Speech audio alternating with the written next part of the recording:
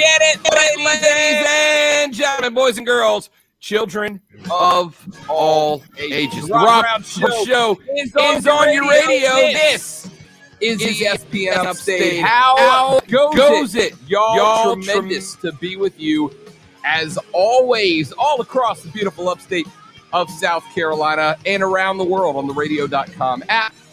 And, of course, on the live stream at facebook.com/ESPN Upstate, youtube.com/The Rob Brown Show, twitter.com/The Rob Brown Show. Great to have you along for the ride. I am Rob Brown, back in the network studio. Colonel Grudge, the alpha and the omega of ESPN Upstate, the great one himself. Hashtag dad kicks. My man Lonzo is at the helm. What up, Zoe? Looking forward to another wonderful full day here at ESPN Upstate. Yes, indeed. Yes, indeed. Going to be a good one.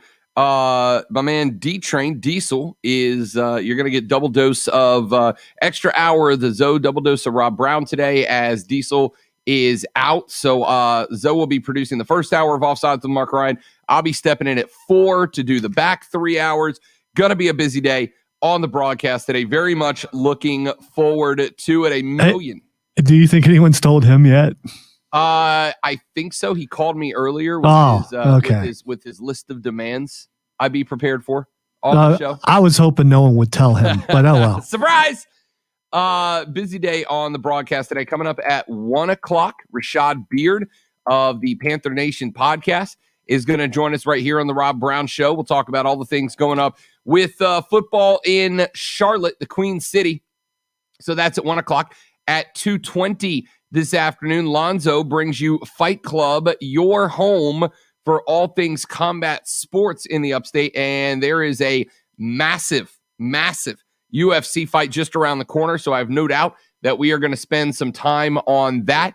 Who are the best remaining free agents in the NFL right now? We're going to run through the list of FAs that are still on the board for teams to make moves around. That's coming up very shortly.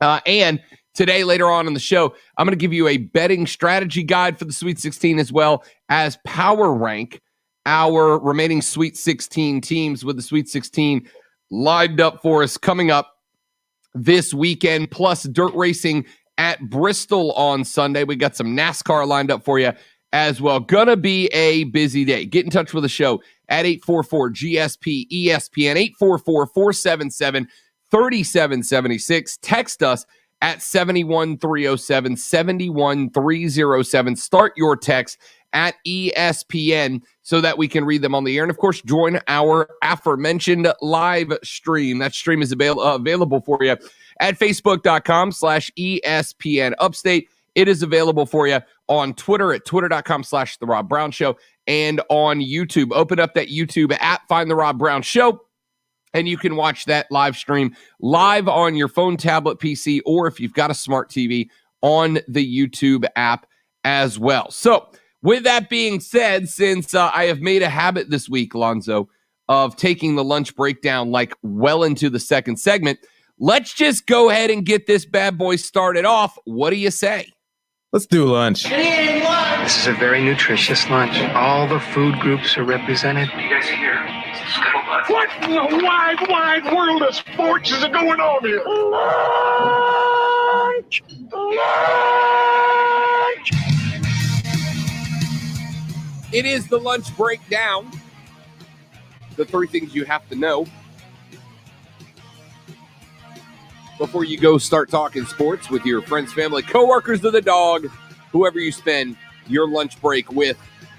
And we're going to jump right in. The F5 button on NBA fans' keyboards ought be worn out by the end of the day today. The NBA trade deadline is upon us. The NBA's trade deadline will strike at the same moment as this show goes off the air at 3 p.m. this afternoon. And we are keeping an eye on some big potential moves in the works right this very second. There are some trades out there that are being worked on right now. If they are done in time by 3 p.m., we may see some All-Stars moving around today. but we are keeping an eye on that. As of right now, we know that the Boston Celtics are looking at picking up Harrison Barnes from Sacramento, potentially in trade for Aaron Nesmith, a top 10 protected first rounder, and a second rounder. The Phoenix Suns are looking at picking up Kenrich Williams from Oklahoma City or Daniel House from Houston in trade for Jevon Carter and 2 second-round picks. The Phoenix Suns are still working on a trade with the Cleveland Cavaliers to send Larry Nance Jr. to C-Town to get Jalen Smith, Jevon Carter, and a lottery-protected first-rounder. And the Charlotte Hornets are looking at Miles Turner from the Pacers, from the Pacers, with Cody Zeller, PJ Washington, and a top 10 protected first-rounder in play there. But they are not the only names that are on the block today. Kyle Lowry is the rare player who may be able to swing a championship balance to a team. There are a number of teams that are engaged with talks with the Raptors in order to get the Kyle Lowry done deal. We know that the Lakers are in the talks for Kyle Lowry, as are the Miami Heat and others. Will that move be made? Was Kyle Lowry's last night as a Raptor yesterday evening? Question mark. We will find out. Aaron Gordon of the Magic. The Rockets and Magics have been in serious talks about a potential Gordon deal, according to league sources, but we don't know the terms of that deal and if it has made any progression forward over the last day. We are going to keep an eye on that. John Collins from the Atlanta Hawks could end up in Charlotte. Collins has made real strides in his game this year, particularly on defense, and there are thoughts that the Charlotte Hornets might be in the mix to add him into the middle of their rotation. But the Hawks seem to be asking for a pretty hefty price for a guy that a lot of folks say will not ever be a definite top 10 big man defender in the league. Will Charlotte pull the trigger? Again, we'll find out. Lauri Markkanen from the Chicago Bulls, arguably one of the most interesting players to watch today.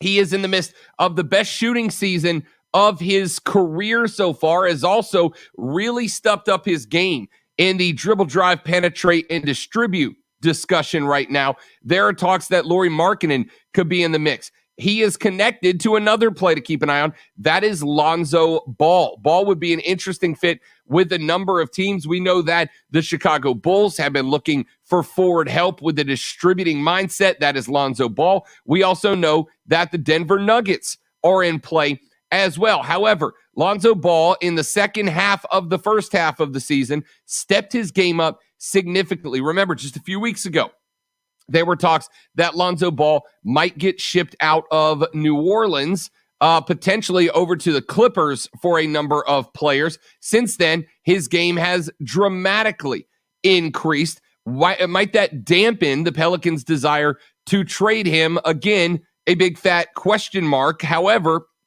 if Ball is retained by the Pelicans, then the Pelicans will have the right. He is a restricted free agent, meaning that if no team takes him in the trade clause, then once he becomes an RFA at the end of the year, there is a discussion that the Pelicans might choose to match whatever salary he is offered. Victor Oladipo from the Rockets is on the block as well. The New York Knicks sitting on a league-high $15 million in cap room, and league sources say they're looking at ways to do it. Oladipo might be one of those guys that the Knicks are in play for. We're going to keep an eye on all of that. JJ Redick is in that mix, as are Thaddeus Young, Bradley Beal, and a handful of others. So we're going to keep an eye on the trade deadline for you today as it approaches at 3 o'clock. Item number 2, and this is a pair of stories out of the National Football League.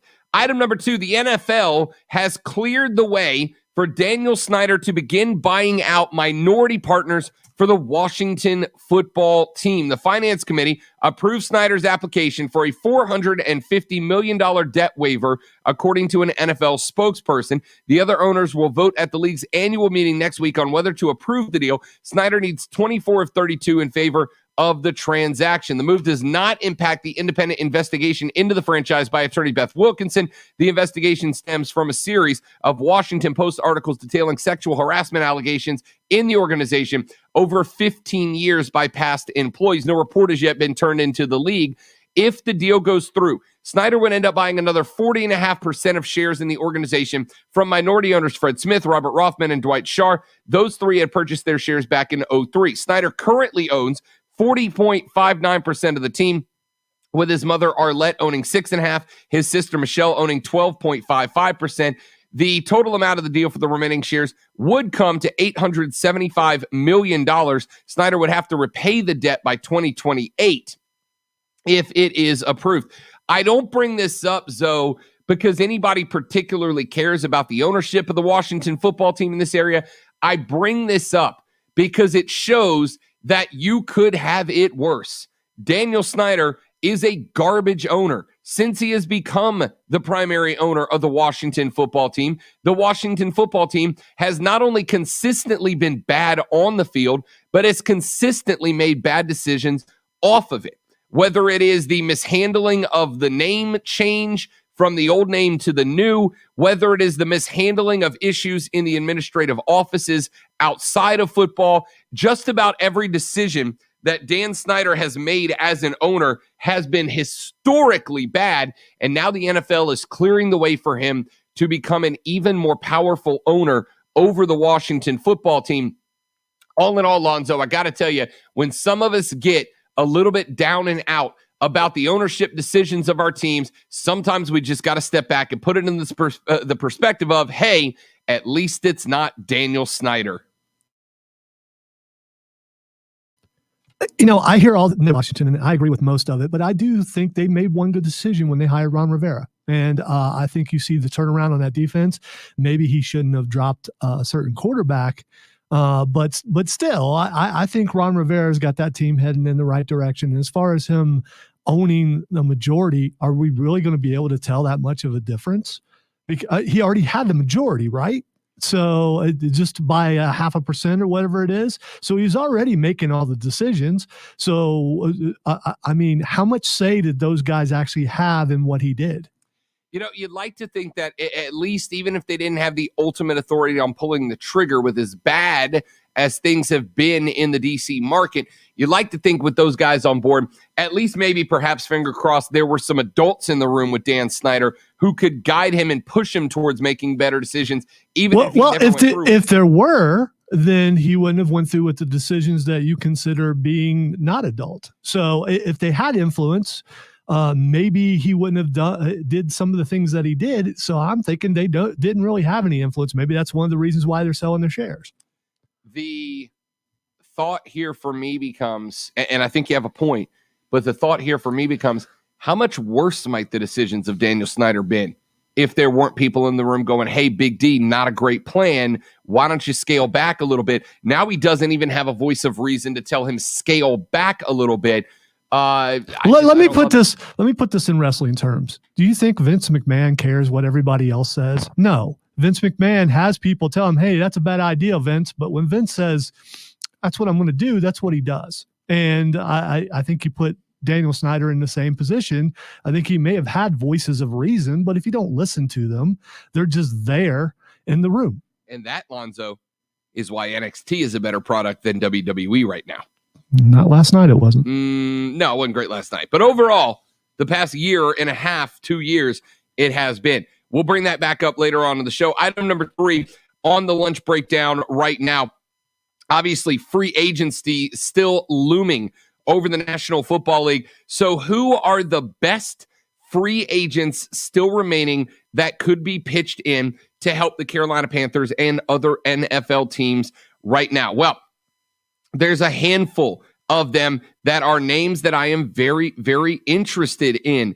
Mitchell Schwartz, offensive tackle from the Kansas City Chiefs, never missed a start in his NFL career before last season, had proved himself to be one of the NFL's best tackles before he suffered a back injury that cost him 10 games in the entire postseason in 2020. We talked quite a bit about Mitchell Schwartz because of the fact that Kansas City was going to have to face a pretty good defensive line in Tampa Bay without their starting 2 offensive tackles. Mitchell Schwartz was one of them, just 32 years of age, entering the 2021 season.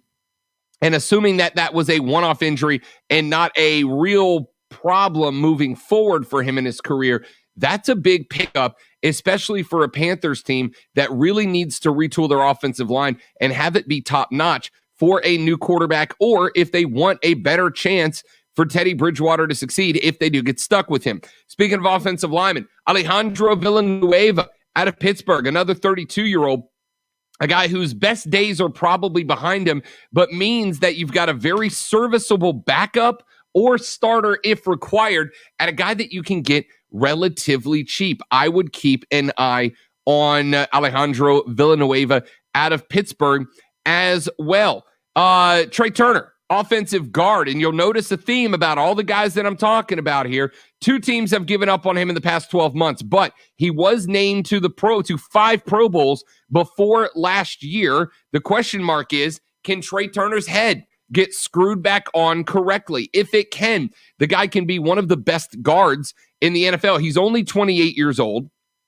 He's still got a lot of potential there. He is a desired target. Speaking of the chefs, Kansas City's Eric Fisher is a 30-year-old coming into this season. It was a bit of a surprise that the Chiefs made the decision to release Fisher, the number 1 overall pick in 2013. He was coming back from a torn Achilles tendon, which probably played into it. There's also the thought that a lot of it had to do with just salary. The Chiefs were going to have to be working hard in order to get him under the cap. That was just a number that became too much. They made the cut of both starting tackles, and he's another one on the radar. Couple of guys that are not offensive linemen still available as free agents. Richard Sherman, the cornerback from San Francisco, 33 years old. He's probably in the year-to-year phase of his career, given his age and his 11-game stint on IR last season because of a calf injury. But there is no reason to think his injury will loom into 2021. Most guys who have that injury do come back just fine. He still has present coverage stills, although they're not incredible like they were 10 years ago for Richard Sherman, but the kid can still ball. Could he be on the list? Melvin Ingram III, the edge rusher, formerly of the Chargers. Now he's 32, and this is going to be an interesting one because he's a little bit up there in age for that position. He lost last season due to injury, but most flawless pass rushers don't make it to free agency. If you're looking for a pass rusher, you're not going to find a lot of them that are available on the market. This one is, and maybe he's not the best out there, but he's serviceable. Could be interesting.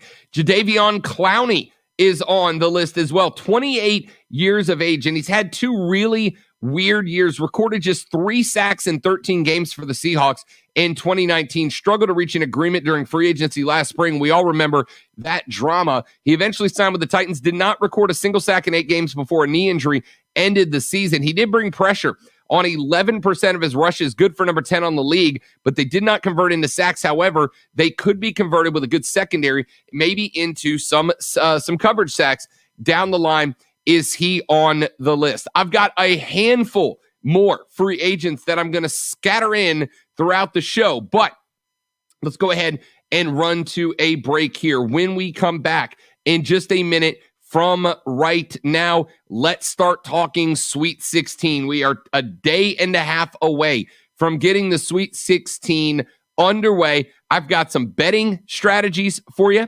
I've got a power ranking of the Sweet 16 teams remaining, and I'm going to give you my bracket predictions with a bracket of all 16 teams coming up next. My name is Rob Brown. My man Zoe is at the helm. You're listening to The Rob Brown Show on ESPN Upstate.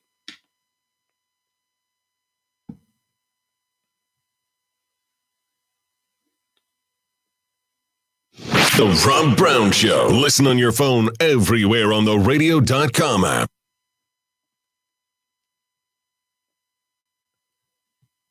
I just realized that way I'm wearing this hat gives me a very Mark Hendricks look. Mark's our boss, for those of you who don't know. See, I do have hair. It's all up there still.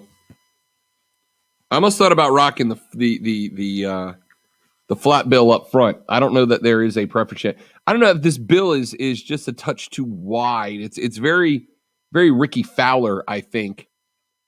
I don't know if I'm giving up on it yet. I love the hat, though. Love the hat. Although, ironically, I don't play any Titleist in my bag. I play Titleist balls. If I'm swinging well, I'll break out the Pro V1s. If I'm slinging it that day, which is very rare, which is why a sleeve of Pro V1s typically lasts me about 8 rounds, because I only bring them up when I'm striking the ball well, which does not happen very often, unfortunately. But what are you going to do? That's golf, right? That's golf.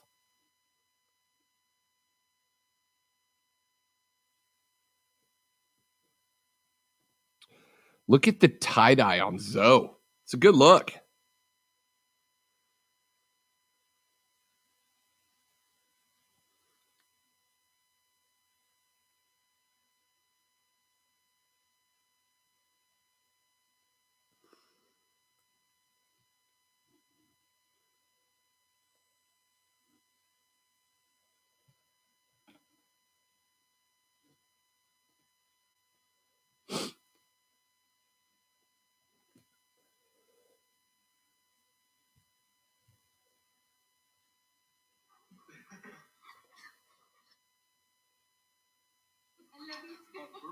Look, oh my goodness.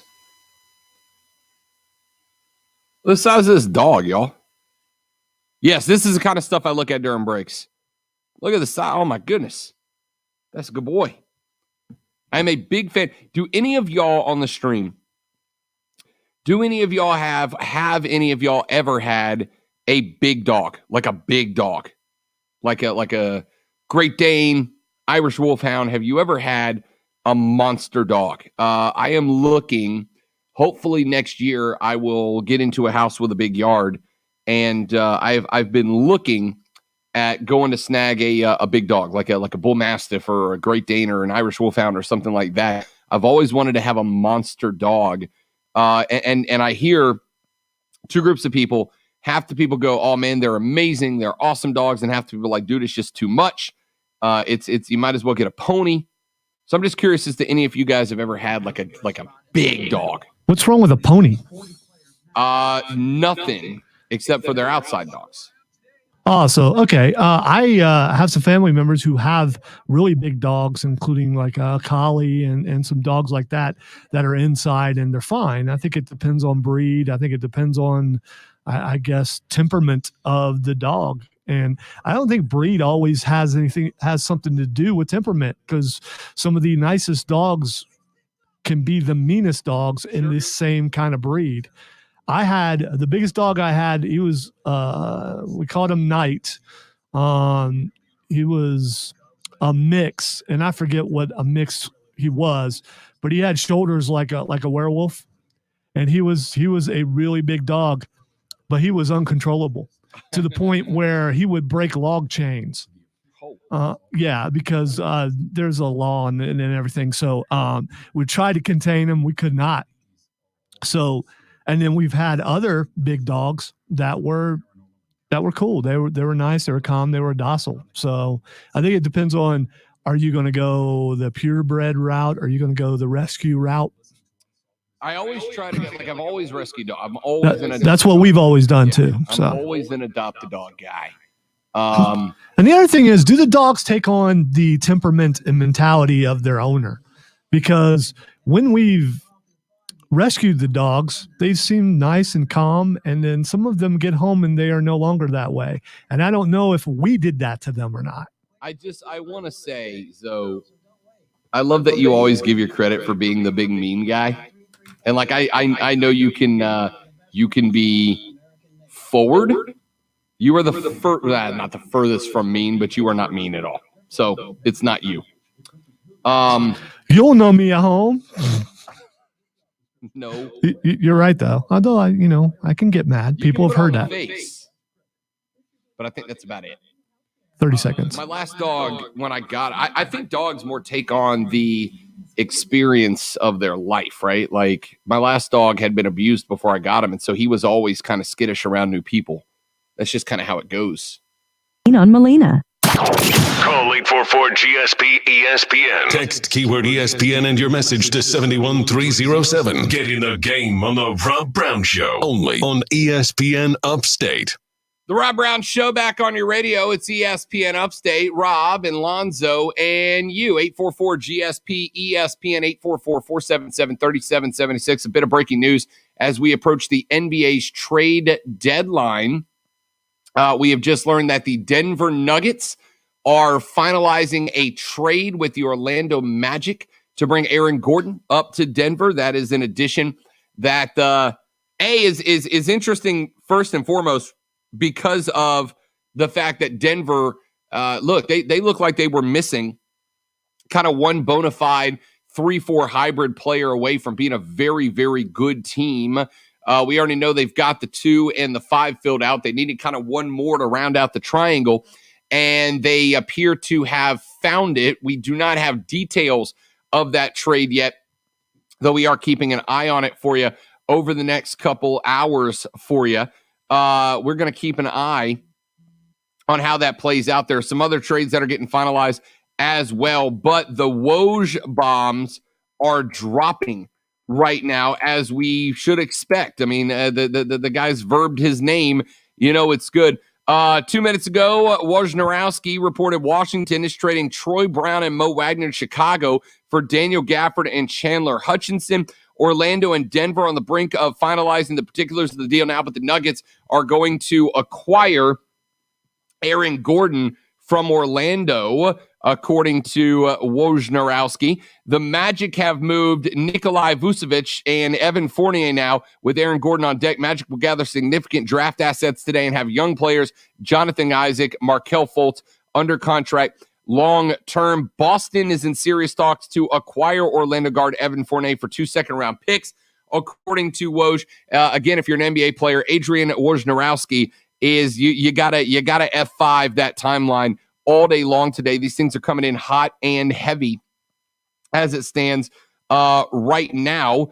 Nikolai Vucevic has been a pillar with Orlando. He is now headed to the Bulls for Al-Farouq Aminu and Otto Porter, Wendell Carter Jr., and a pair of first-round picks. Huge addition for Chicago. Chicago does remain in pursuit of Lonzo Ball from the Pelicans as well. According to Wojnarowski, the Magic are working towards a rebuild with Aaron Gordon being shipped out as well. The Bulls are sending the Magic their 2021 and 2023 first-round picks in the deal, according to ESPN. Bulls are also sending Otto Porter in the deal to the Magic, as we mentioned just a second ago. So there's some of the big ones. We learned earlier this morning that Denver is acquiring Cleveland center JaVale McGee for Isaiah Hartenson and 2 future protected second-round picks. Cleveland acquiring a 2027 unprotected second-round and 2023 protected second-round pick, protected through number 46, according to ESPN.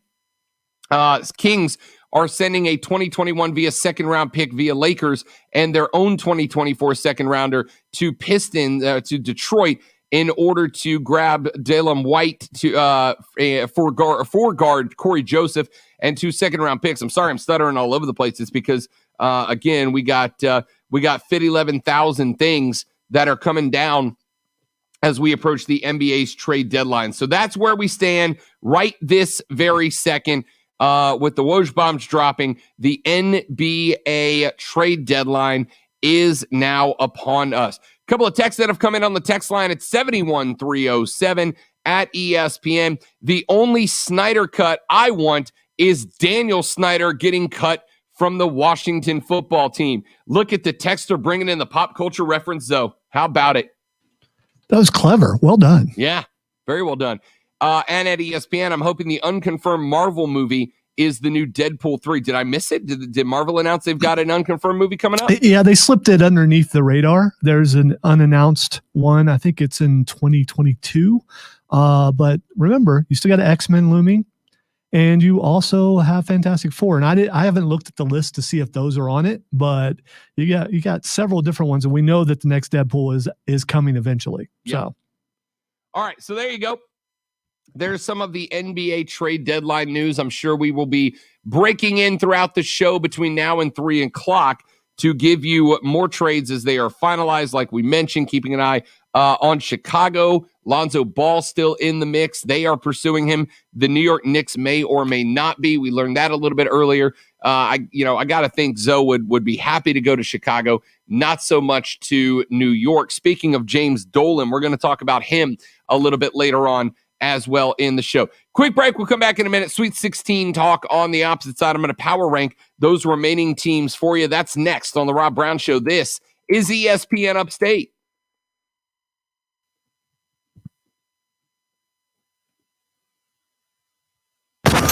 You ready? Get that text.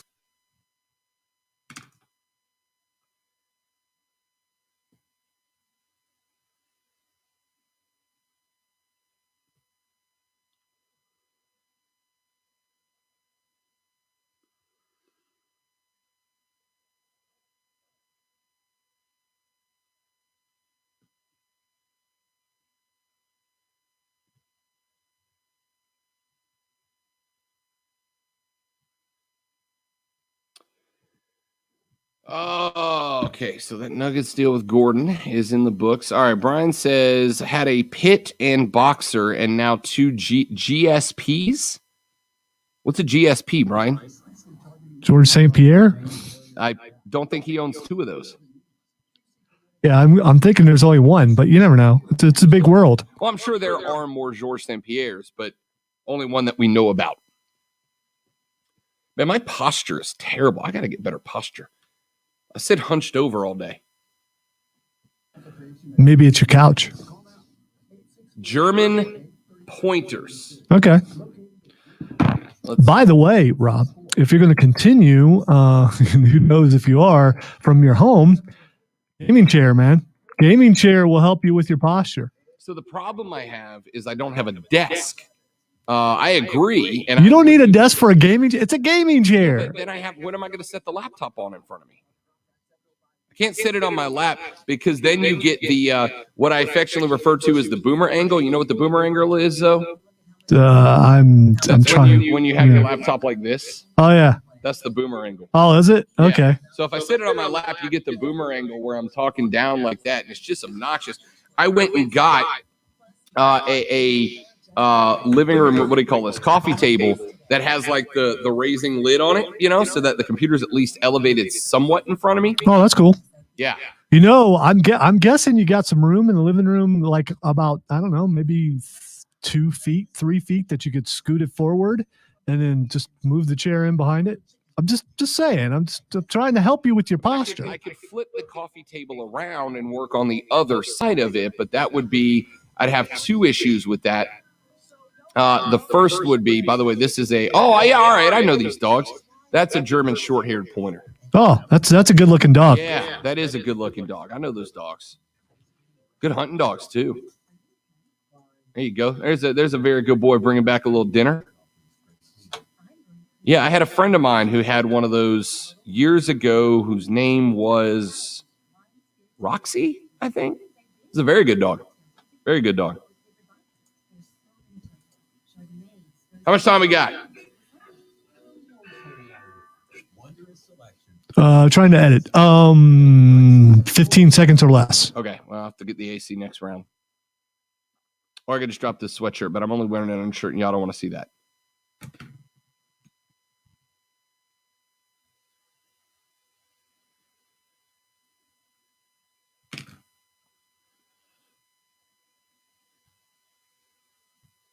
Email Rob Brown at ESPNUpstate.com and we'll put him to the test. This is the Rob Brown Show, local sports talk on ESPN Upstate.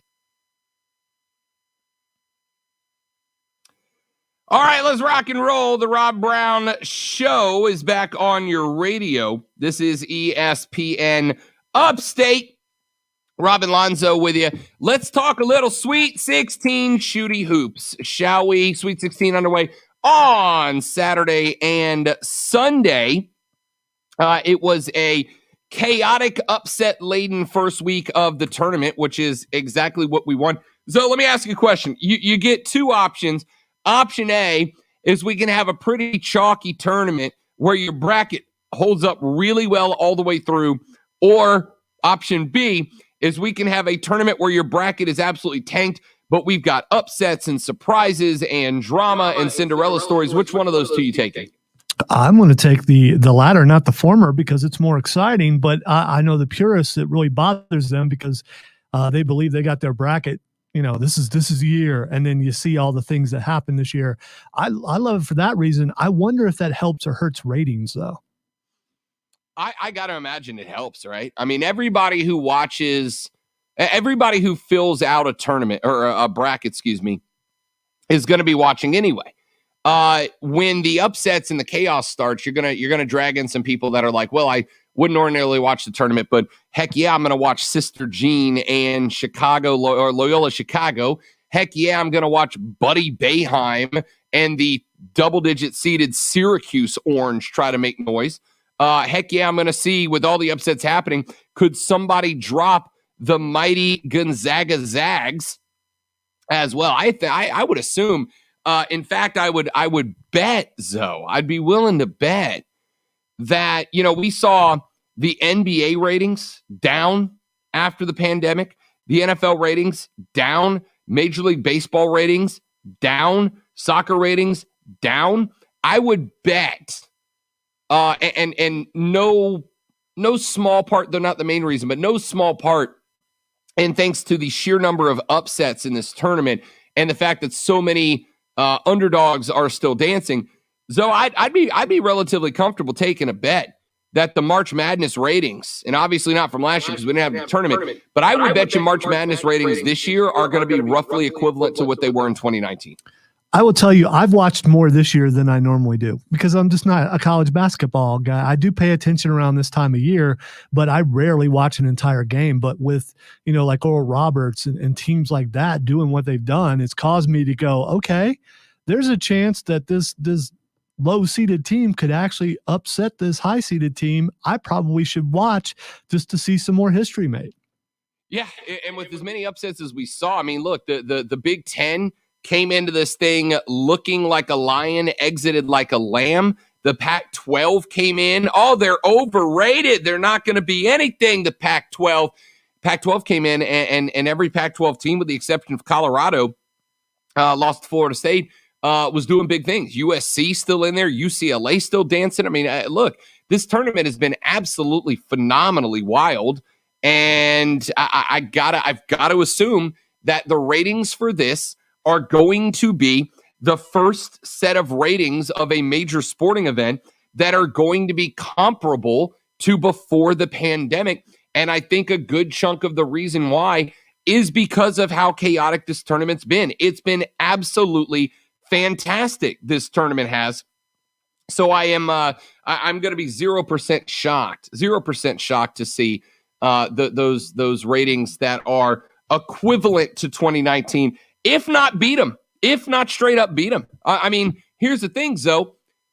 Ain't nothing else going on right now, right? We got some spring FCS ball, and as much as I love the spring FCS ball, it's not like FCS ball is going to compete with March Madness. It's just not. And look, I have tried to get people to. I hope that people are getting into FCS ball, taking this opportunity to expose themselves to a new style of football at the FCS level, especially with Furman and Wofford in the Southern Conference doing as well as they've done.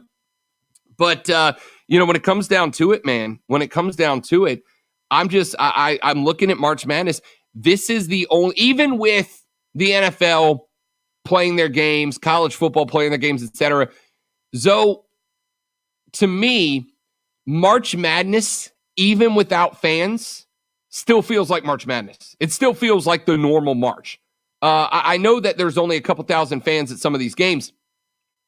The NFL without fans didn't really feel like the NFL. The NBA Finals without fans did not feel like the NBA, still doesn't. The NHL, especially without fans in the arenas, does not feel like the NHL felt pre-pandemic. So March Madness has felt like a normal sporting event, which is, I think, what we've all been praying for. You know what also helps with March Madness is the presentation. You know, how they jump around from this is nearly an upset, and boom, they jump over there and you get to see the end of one game and then you jump to the next one. So there's no time to really go, wow, there's no one in the stands. Yeah. Because and that's been one of the more exciting things about March Madness every year is how on radio and on TV, how they're able to do that, jump from one game to another and keep the excitement level up.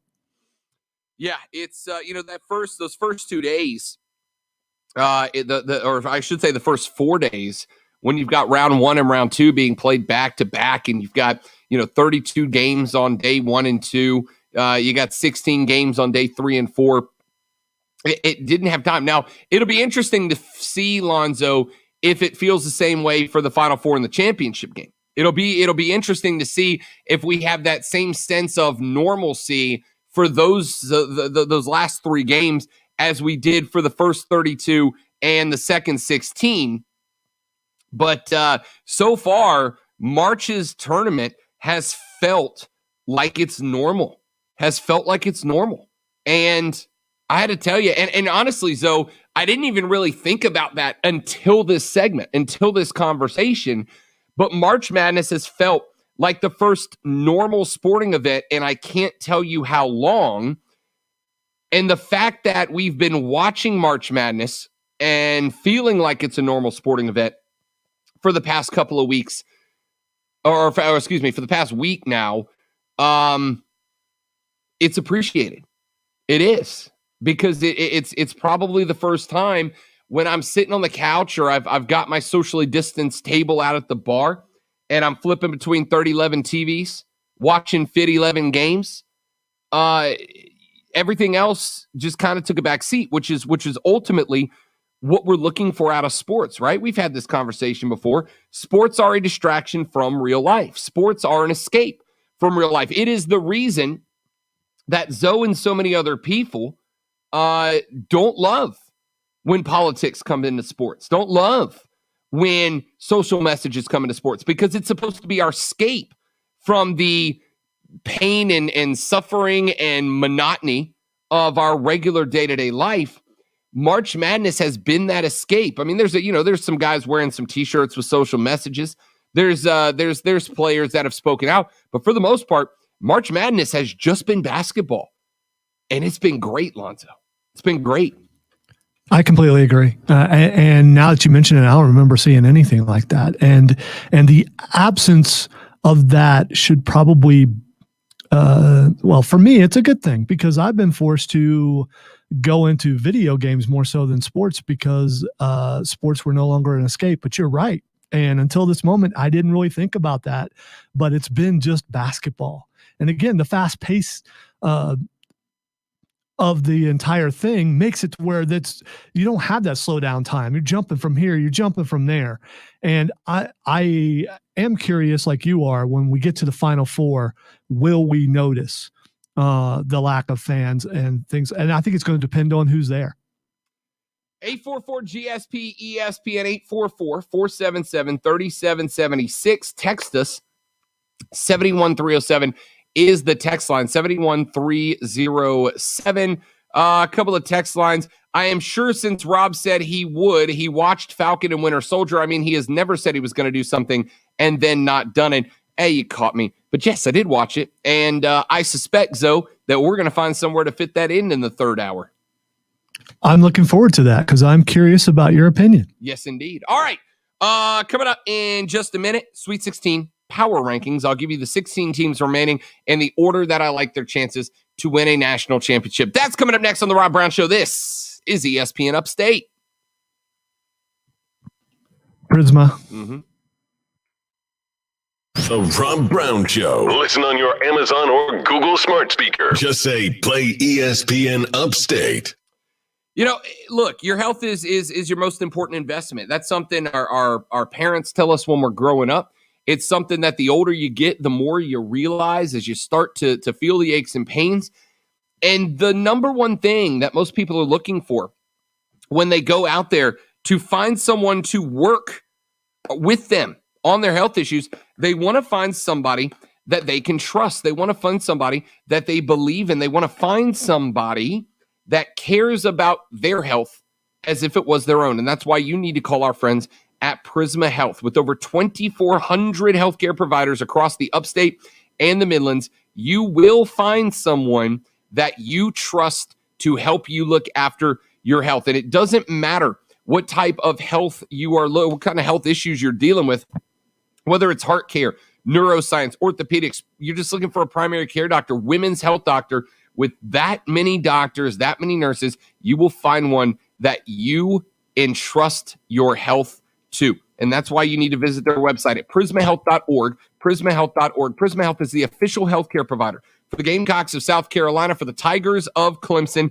and they trust them so you can trust them to be the official healthcare provider of you and your family. Go to prismahealth.org, prismahealth.org. There you can find a doctor, see all the different services they offer, check out locations to find one close to you, get their hours and directions, schedule an appointment. And by the way, if you're looking for that COVID-19 vaccination, you can go through their MyChart program to get yourself set up with that. It's our friends at Prisma Health here in the Upstate.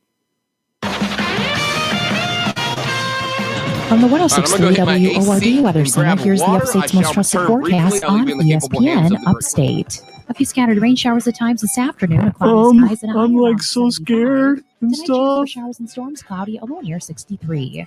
Friday, chance for rain and storms, a high around 80, and a chance for rain for the weekend. So Brian says, I don't like that they're Jennifer doing the Buchan, schedule on Saturday through ESPN Tuesday Upstate. this round Currently, it's 61. instead of the usual Thursday through Sunday. I'm sure that has to do with the bubble and all that kind of stuff. And so, yeah, it's been a little bit weird this time around, but at least we have it as compared to last year when we didn't have the NCAA tournament. To the point where I was coming back from vacation and I didn't realize that it was on all day Monday till I got here. I came in here and started setting stuff up and was like, wait a minute, that doesn't look right, and had to go talk to engineering and find out that, yeah, we actually had games all day. So it is kind of weird getting used to, but at the same time, you got to think about the alternative of not having them, period. And so I'm glad that we've got that going on.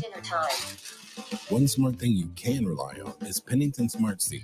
It has 2 times quicker growth. I hear that Rob is back, so it's pretty exciting. Yes, I can hear that because I've got wonderful hearing. Real intelligent turf. So I'm sure eventually we're going to talk about my shirt and how people in the building just seem completely shocked by it, even though I've worn it before. I don't get that, but Wednesday through Friday from 5 to 8 p.m. I've worn quite a few black shirts. But you know what? It is Saturday from 11 a.m. to 3 p.m. Fight Club. That means I'm wearing wrestling. You probably haven't noticed, but every Thursday now I'm wearing a wrestling shirt, so you got to rock the New Day, man. Secret menu. We can't wait to see you at Tom's And Barbecue. yes, it's tie-dye, and yes, I have long hair, and yes, I have glasses that look like John Lennon glasses on purpose because I like them. The best Upstate deal on golf is back and on sale now. The 2021 Upstate Golf Card gets you a round of golf at 9 premier Upstate courses, and it's still only $99. You'll spend more on a sleeve of balls than a round of golf. Grab your foursome and get your Upstate Golf Cards now to play courses including the Rock, Perhaps Legacy it's psychological. I want everyone to look at me so they won't look at me. Order at Maybe you need to think about that. UpstateGolfCard.com. 9 rounds of golf for only $99. UpstateGolfCard.com. UpstateGolfCard.com. The audio Welcome to the official Unsolved Mysteries podcast. Good. I'll get used to that eventually, or I won't. Or you won't. Or you'll be in studio and it won't matter anymore. True story.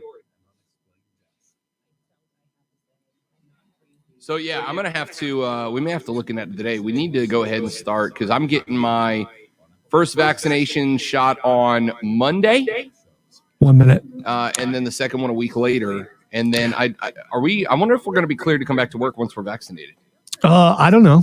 I do have concerns with people taking vaccinations in the middle of the week because then they may become sick and cause problems elsewhere. Just saying. So, I mean, to me, if I were going to, I would try to do it on a Friday. Yeah. So if there were symptoms, it would, although it would still be a problem for me, but still. 30 seconds. Yeah, Monday was this. I went with the earliest appointment I get. I tried for a weekend, but it just wasn't an option.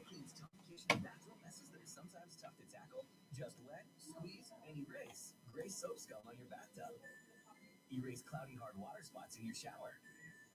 Erase burnt-on stovetop messes. So for all your tough kitchen and bathroom messes, try Mr. Clean Magic Eraser.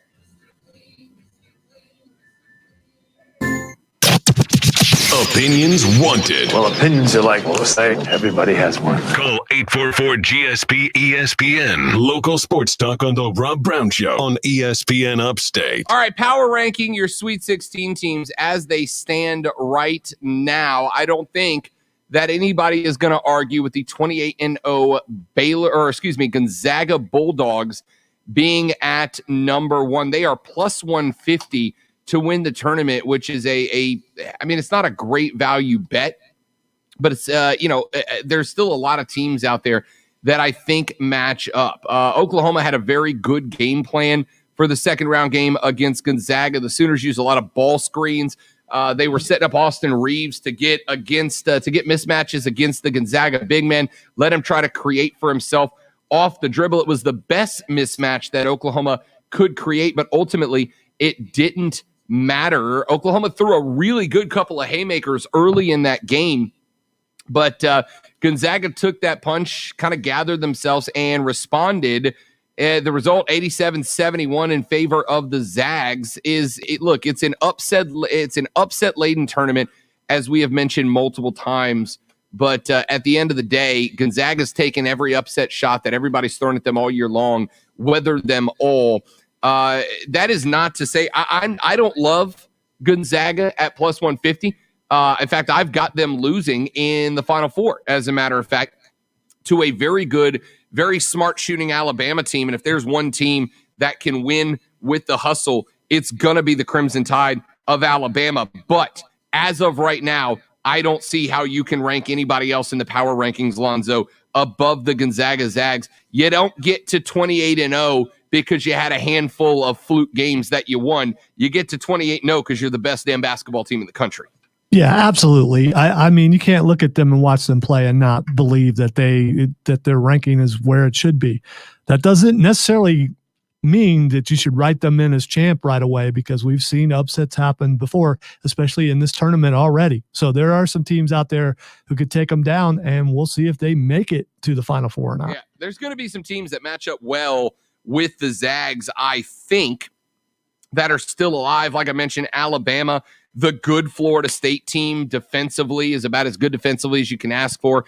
It'll be interesting. Number 2 on my list, I've got the Baylor Bears. Baylor, speaking of defense, absolutely suffocating Wisconsin in the round of 32, built a double-digit halftime lead. The Badgers tried to go on multiple runs, and Baylor fought every one of them off. 14 turnovers during the game, surrendered only 0.98 points per possession, which means that Wisconsin was scoring less than a point every time they got the ball, meaning that 1 out of every 2 trips down, the Wisconsin Badgers failed to put the brown thing in the round thing. If Baylor continues to defend at that level, and if they keep getting solid bench play, and this is where it gets interesting, because, we've talked a lot about benches. I liked LSU to knock off Michigan, but Michigan went to the bench, got a spark, and that's why they got the dub. The Bears have a wide open right side of the bracket right now, with Illinois and Ohio State both getting bounced, Lonzo. There's not much competition left over there. I kind of like that. I kind of like that. So, well, you like it if you're them, but there again, and you got to keep throwing out there. I mean, there are no guaranteed wins right now with the way this thing is going. You're not wrong. You're not wrong. All right. I also like it. Number 3, the University of Alabama. When it's attacking in transition, when their 3-point shots are falling, Alabama can beat anybody in the bracket. And I'm including Gonzaga. I'm including Baylor. I'm including FSU. I'm including Michigan. If Alabama's threes are falling, they can beat anybody. But if the threes are not falling, they know how to switch their game plan. Nate Oates, as far as I'm concerned, ought to be. I know that there's a few other coaches, including Mark Few, that are going to be in the mix. But Nate Oates ought to be your college basketball coach of the year this year. Maryland the Terps shot over 50% from the field, took care of the ball really well, and still lost by 19. The Tide broke it open, 16 of 33 from behind the arc I've got Alabama winning the national championship, Lonzo, and I'm not ready to back off of that yet because of how well they are shooting the rock right now.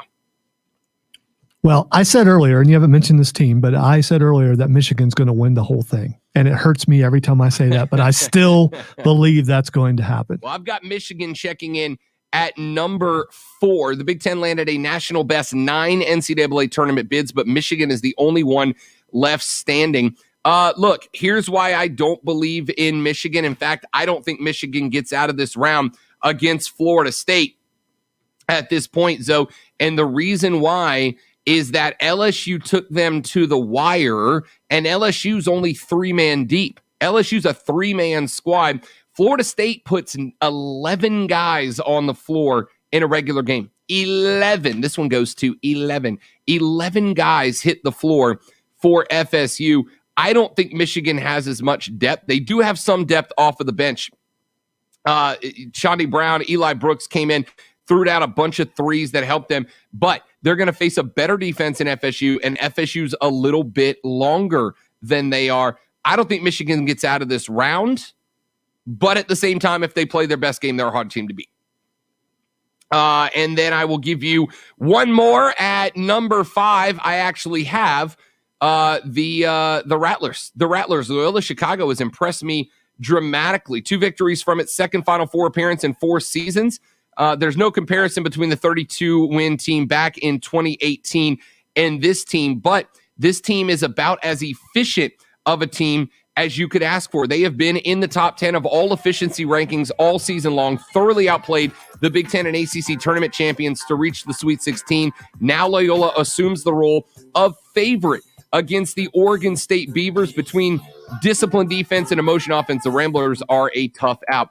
All right, we'll give you the rest of the rankings in the next hour, but before we get there, time to let you know that your keyword for this hour in the $1,000 Cash Dash on ESPN Upstate is, of course, destiny. It's your destiny. DESTINY. To text that keyword to 72881. We have now had 4 winners of $1,000 from ESPN Upstate on the $1,000 Cash Dash. Text Destiny, DESTINY, to 72881, powered by BetQL. Let BetQL's proven data and analytics help you become a better. Download the BetQL app today. This hour's keyword again is Destiny. Text it to 72881 for your chance to win a grand. Rashad Beard of Panthers Nation joins us next on The Rob Brown Show on ESPN Upstate.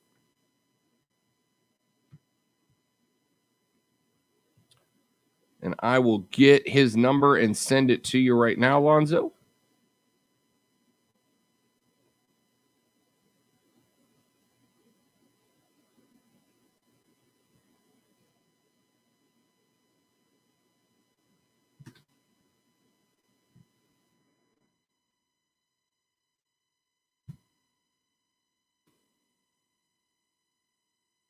All right. His number is in your inbox.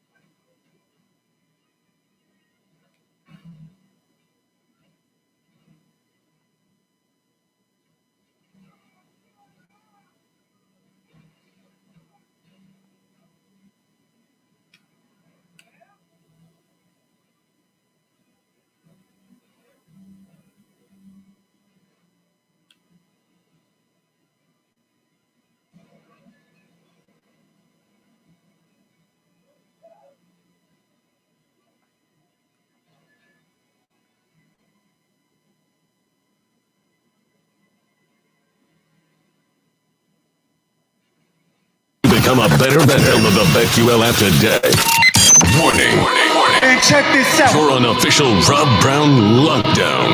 Represents being real. Yeah. Real, unfiltered sports talk manufactured locally for the Carolinas. Lockdown. This is the Rob Brown Show. Yeah. Only on ESPN. ESPN Upstate. The Rob Brown Show rolls on. This is ESPN Upstate. Rob, Lonzo, you, and now joining us on the phone line, a gentleman I had the opportunity to introduce myself to a couple of weeks ago. He's been joining us for our weekly segment here at 1 o'clock. He is the host, one of the co-hosts of these Panther Nation podcasts. My guy, Rashad Beard, joins us here on the show. Rashad, what's up, brother? How we doing, man? Hey, what's going on, man? Just happy to be back with you another week. Let's get it. Yeah, buddy. Let's talk a little Panthers football. We are going to start with the question that a lot of folks have been asking. Obviously, we've been following the Deshaun Watson story down in Houston. He's obviously got a platitude of lawsuits pending against him for sexual inappropriate actions. Still waiting to see how that's going to play out, obviously, but it has cooled the interest of a lot of teams that were interested in Deshaun. Carolina, there are reports that they are still intrigued and still looking at the potential of making a blockbuster trade to bring Deshaun up if he does not end up on the commissioner's exempt list, which a lot of people, myself included, think that he likely will in the next week or so. Do you have any insight on whether the Panthers are still interested, and if so, what they might be looking for out of this situation to decide to go ahead and try to pull the trigger on Deshaun Watson?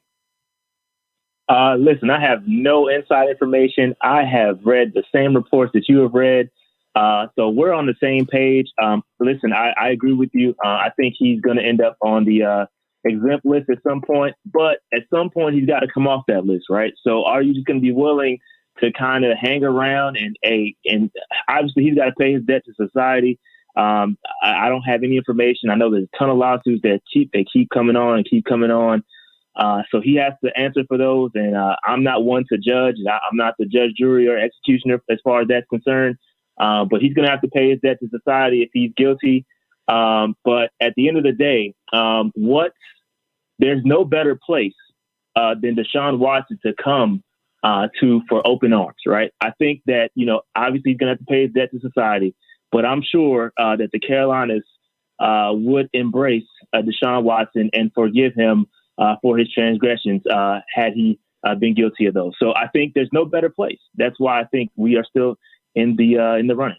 If Deshaun ends up being found not guilty, right? And I talked about this on the show yesterday. The fact is, when you have things like this, whether they go to civil court or criminal court, you're not found innocent, you're found not guilty. We saw this happen with Jameis Winston a number of years ago, Antonio Brown. Both of those guys are now back in the league. A lot of folks still very upset that they have the reputation, even though for the most part they've either not been found not guilty or have not been found guilty. Antonio Brown's case obviously still under investigation with the NFL, etc. If Deshaun is found not guilty in all of this, do you think that Carolina, if they bring him up, is capable of helping Deshaun kind of revamp his image, or is it just going to be one of those cases where the Panthers are going to, hey, it is what it is. The guy was found not guilty. He's still allowed to work. We just accept that some people are going to be upset with the decision to bring him in. Yeah, no, I think that's going to be the case. I think with the old ownership, I know we've had issues in the past with Greg Hardy, and under the old ownership, I think we got the pot calling the kettle black here in this instance. But under the old ownership, I think things would have been a little different. And it appears with them still being interested, and all the reports are saying that the Panthers are still being interested. I think. And listen, I honestly don't think this is going to make it to some criminal. I think they're just going to settle. And obviously, they could still press charges, and he could be found not guilty. But again, I'm no legal expert. I don't know how this thing works. I'm just hoping, and I think the Panthers will, they will, let it go. If they'll help him, revamp his whatever needs to be revamped as far as his image. I think they'll help him out. And again, like I said earlier, I think coming home to the Carolinas, you went to Clemson, so I think there's no other place that's going to treat him better than the Carolinas. So I think it's a good spot for him to kind of revamp, and I'm hoping that the Panthers do kind of help him out with that if he does happen to come here. Rashad Beard is a host of the Panther Nation podcast. You can follow them on Twitter at Panther Nation PC. All right, let's look. I know we're a couple of weeks away from the draft, but obviously the Panthers find themselves in kind of an interesting spot because there are a number of spots that drafting best available would be good, but the quarterback game is still in play. So knowing what we know about Deshaun right now, we got reports out yesterday that they do not view Mac Jones as a guy that they would take with the number 8 pick. They sent scouts up to the pro day of Trey Lance at North Dakota State, did not send scouts down to Alabama to watch Mac Jones throw. And obviously it's not as much of a deal now with the ability of film on the internet. You can basically watch a pro day from anywhere in the world. But to put eyes on, physically in position, talk to Trey Lance, not do the same with Mac Jones.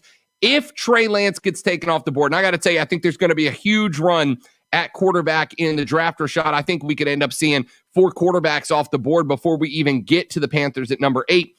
If Mac Jones is the only option there, if you do see, let's say, Denver trade up into the top 7 and take Trey Lance, as it's been rumored they would the Panthers pass on drafting a quarterback and go another year with Teddy Bridgewater, or will they try to maybe find something to move up in that draft, be aggressive, maybe get a Justin Fields?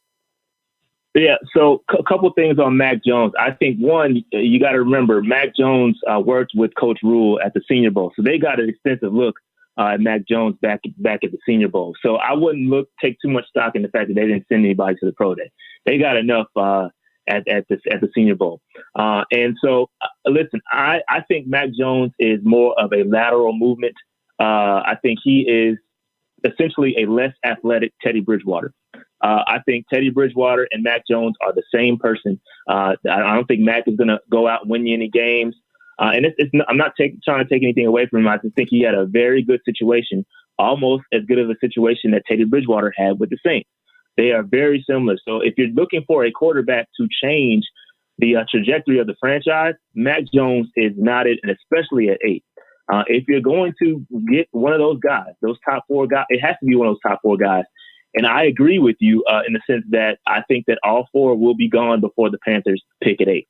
So, yes, you must be aggressive, and you have to get the guy that you want. And I've said this 1,000 times. I think the draft starts at the Jets pick.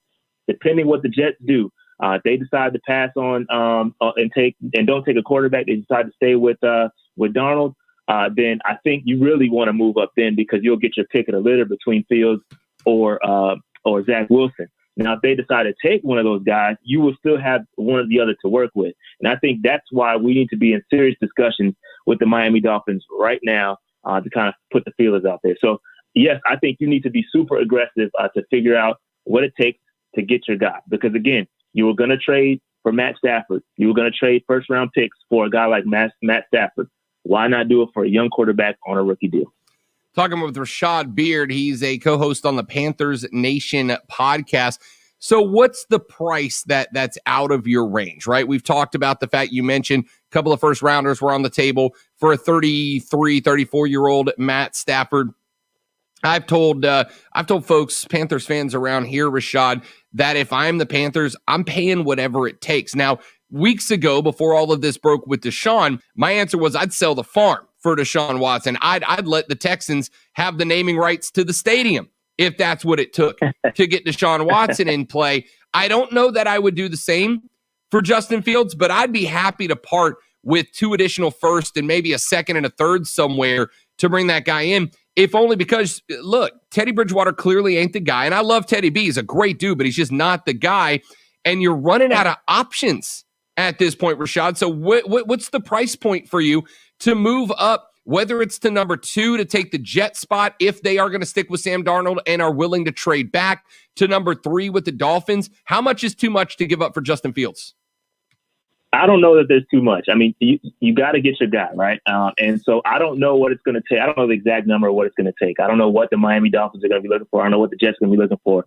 But it's going to take multiple first-round picks. And I think realistically, you're probably going to be looking at our first-round picks. You're going to swap picks. You're probably going to look at a 2022 first-round pick. You're probably going to look at a 2022 second-round pick. And you're probably going to want to look – you're probably going to have to throw in an additional pick for 2021 as well. So it's probably going to take like a couple first, a couple seconds to make it work. You got to look at, years past, look at what the Bears did, what they had to do to move up. There's been a lot of things happen with teams moving up, and you just got to kind of use the past as an example. But I think it's going to take multiple first, multiple seconds. Now, the good news is that Scott Fitter has come from Seattle. We got to put a little Panthers fan at ease a little bit, because the good news is Scott Fitter has come from Seattle, and they have done an amazing job at hitting late. So we have typically in the past, we've had Marty Hurney. He is a first round genius. He knocks out the first round, no problems. However, he does an awful job in the later round. We have the exact opposite in the GM now. The GM does really well picking late. So I think just to put Panthers fans at ease a little bit, if we do have to give up a couple first-round picks, Scott Fitterer does a very good job, or Seattle has done a very good job in the past at picking up those later-round talent. So I do think it's going to take a lot, but at the end of the day, I don't think many folks are going to be complaining if you have a really good quarterback on the roster. Rashad Beard, the host of the Panthers Nation podcast, joining us here on the Rob Brown Show and ESPN Upstate. You can follow him on Twitter at Panther Nation PC. All right, so earlier in the show, Rashad, I went through the list of remaining free agents, best available free agents in the game right now. Obviously, teams are trying to kind of balance where they're going to improve in the draft versus where they're going to improve with the remaining FAs. And on my wish list for Panthers free agents, the first 6 were all offensive line. And I had a Panthers fan that texted into the show and said, Rob, if we pick up offensive linemen via free agency, instead of going to find some playmakers for whoever it is, Justin Fields or Zach Wilson or whoever, I'm going to have a problem with it. I told folks, hey, look, I think offensive line's got to be the priority. I looked down the offensive line depth chart earlier. It's not stunningly impressive. And if I'm going to bring in a first-year guy, I want to make sure he's got time in the pocket, especially at the increased speed of the National Football League. So would you prefer the Panthers address some offensive line needs through free agency? Look, most of the guys left are 28 to 32 years old. They're a little bit up there in age, some of them with injury issues. Or would you rather get some exciting free agents, the Golden Tates of the world that are out there, and address the offensive line in the draft? That's a great question. And to the person that texted you, I would challenge you to look at the offensive line rankings. Our offensive line has not been good historically. Go back to Cam when Cam was the quarterback. That was his issue as well. We put it all on Cam Newton, never gave him a real offensive line. Even in 2015 when we went to the Super Bowl, that offensive line was not good. Cam was just that great. Okay, Cam literally put the team on his back. He was awesome. So the offensive line needs to be addressed. And I think us going out, the 2 signings, the 2 signings that we made early in free agency, I think those were depth signings. I don't think that those guys should start.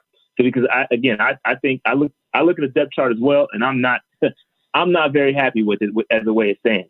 I think this draft is chock full of offensive line talent. I mean, there's so many good offensive line players from tackles to guards. It's a really, really deep draft.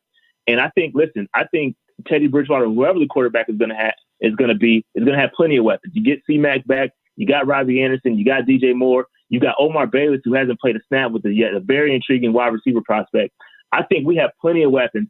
We need to fix the offensive line. That needs to be priority number 1. And if we don't trade up, I think that's where we need to pick at 8. It needs to be the best offensive tackle available. Talking about Rashawn Slater, talking about Christian Darrisaw, those type of guys we need to go after. And definitely we need to make I'm talking at least 2 to 3 picks in the offensive line for the offensive line in the draft. It has to be addressed in the draft. Get younger, get better, improve the offensive line. I think this team will be better. All right, one more question. We'll let you go, Rashad. Rashad Beard, the host of the Panthers Nation podcast here on the Rob Brown Show and ESPN Upstate. So I want to go back. We talked quarterbacks for a second there. I keep leaning towards Justin Fields. I think that's the guy. Zach Wilson, impressed with him. My co-host or my other host on the show here, Mark Ryan, has pointed out that, yeah, great numbers, great efficiency, all that, but who was he doing it against? He doesn't trust Zach Wilson. I'm leaning towards Justin Fields. With that being said, somebody on the Panthers subreddit earlier today said, if we couldn't succeed with Cam Newton, one of the best rushing quarterbacks of all time, how in the world do you expect to succeed with Justin Fields, who just seems like a slightly smaller version of Cam Newton? What is your response to that take? Well, yeah, I mean, I just said it earlier. Like, listen, we didn't adjust the offensive line, and Cam had 0 weapons. He had 0 receivers. Listen, Teddy Bridgewater had a better set of weapons than Cam damn near ever had. Excuse my language. I apologize.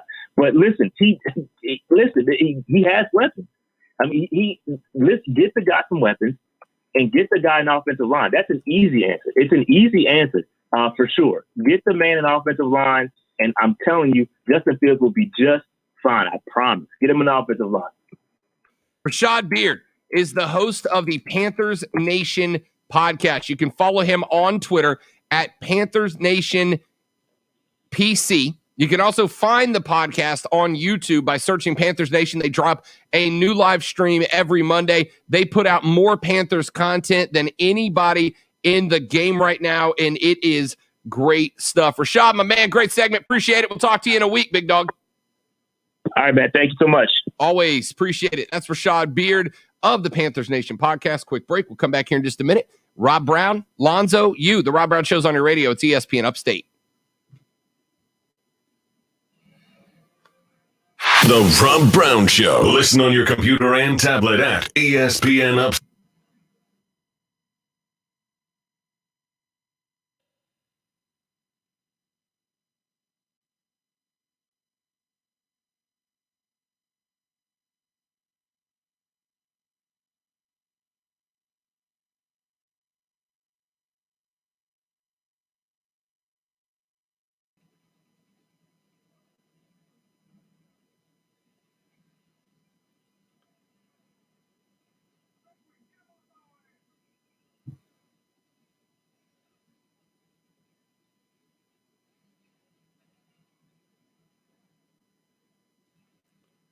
Rashad's a good dude, man. He knows his stuff, too. He does. I appreciate his enthusiasm for Justin Fields. But, obviously we pointed out my bias towards that. So you have a bias? I know. But unlike other people, when there is a bias, I will point out that I have a bias as if you didn't know I had a bias, but I admit to my bias. I don't like people who pretend like they don't have a bias when it's obvious they do.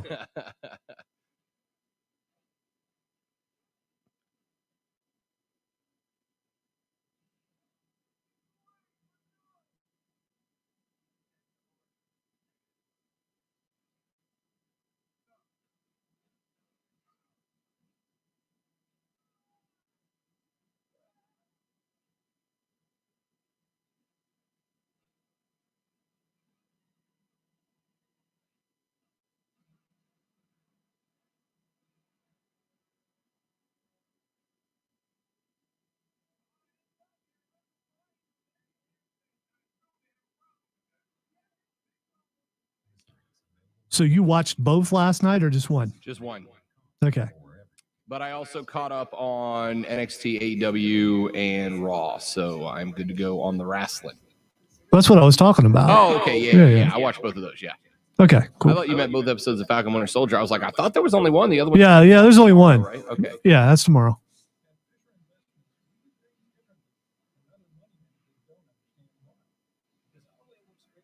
The next week, Godzilla versus Kong. Indeed. My little brother was like, I don't really care about it, man. I was like, I don't know what to tell you. 2 big monsters beating the hell out of each other and destroying cities in the process. Yeah, I'm in. I'm 100% in. Yeah, but the speculation that you had early on from trailers, I think has been confirmed already. Yeah. So why not leave that a surprise? But that's fine. I want to see how well the effects are done. And to get that theater effect. The trailers look beautiful. I may very well, if it's available and there's one around here, I don't know if there is, but if there's an IMAX theater around here. There is an IMAX, but my understanding is it's still not open yet. Okay. There is one in Simpsonville, but it's a Regal theater, and I've been seeing things that Regal is opening back up, but not sure about our local one. Gotcha. So it's actually like 6-7 minutes down the road from here. Okay. So it's not really that far. That's the theater that I go to all the time. So, and I do find an IMAX theater. I'm 100% going to watch that in IMAX, but if not, that'll be my first movie back. Yeah, I do miss the IMAX, especially the sound. Yeah. And so I'm thinking, I don't know how loud my surround sound will get, but We're about to find out. Might give it a shot.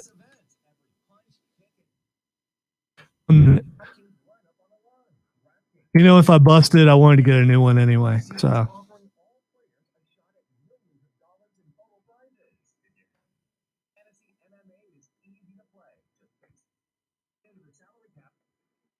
Diesel redid his living room and gave me his old surround system. I haven't hooked it up yet, but that's cool. I might very well have to get it hooked up, especially if Falcon and Winter Soldier are going to have as many explosions and boom booms as they did in episode 1. Hopefully they have more. Yeah, seriously. I get it was a setup episode. I get all that, but.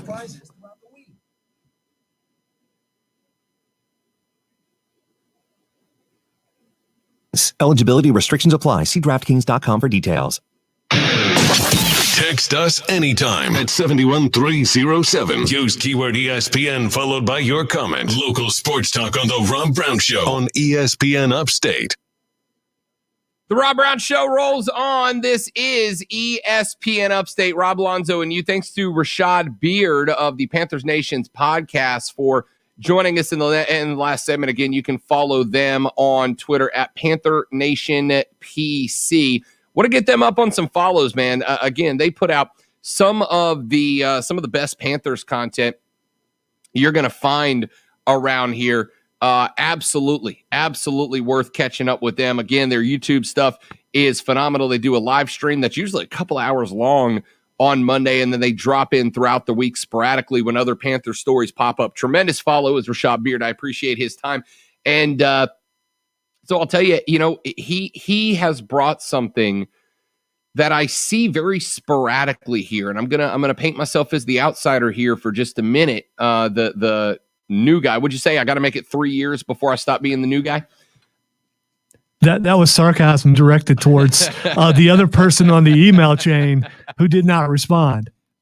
So as the new guy here in town, new on ESPN Upstate, the Rob Brown Show. And I don't know. I've asked this question before, and I really haven't gotten a thorough answer yet, Lonzo. Look, I know that Greenville, South Carolina, that Spartanburg, South Carolina, and all the other communities around the Upstate, I know we're in a college football territory.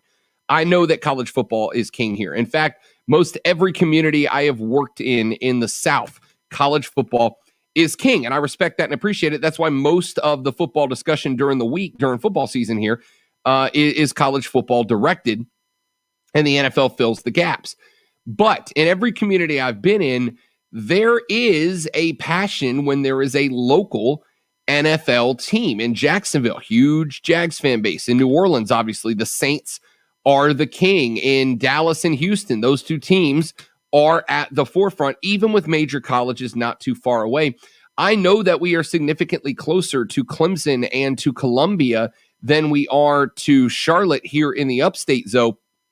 But there is this enthusiasm about the Panthers out of Rashad, and it's genuine. It's not a guy, I can tell you this, I can tell the difference, and I'll be honest with you when I do, I can tell the difference between a guy who's feigning enthusiasm for the sake of getting viewers, getting listeners, versus a guy who has a genuine passion for what he does on the air.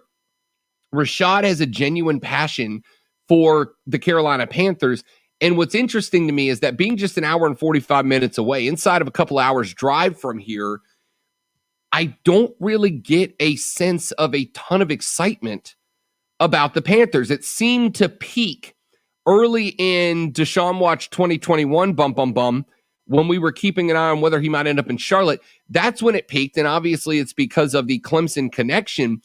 But Zoe, am I misreading it here, or is there a lack of excitement around the Upstate about Panthers football, especially when they appear to be preparing to turn a corner? See, here's the problem, and Mark Ryan has asked a similar question, and I think this comes down to where you guys have lived. So you guys have lived in NFL towns, and so you're expecting something. I'm from Columbus, Ohio.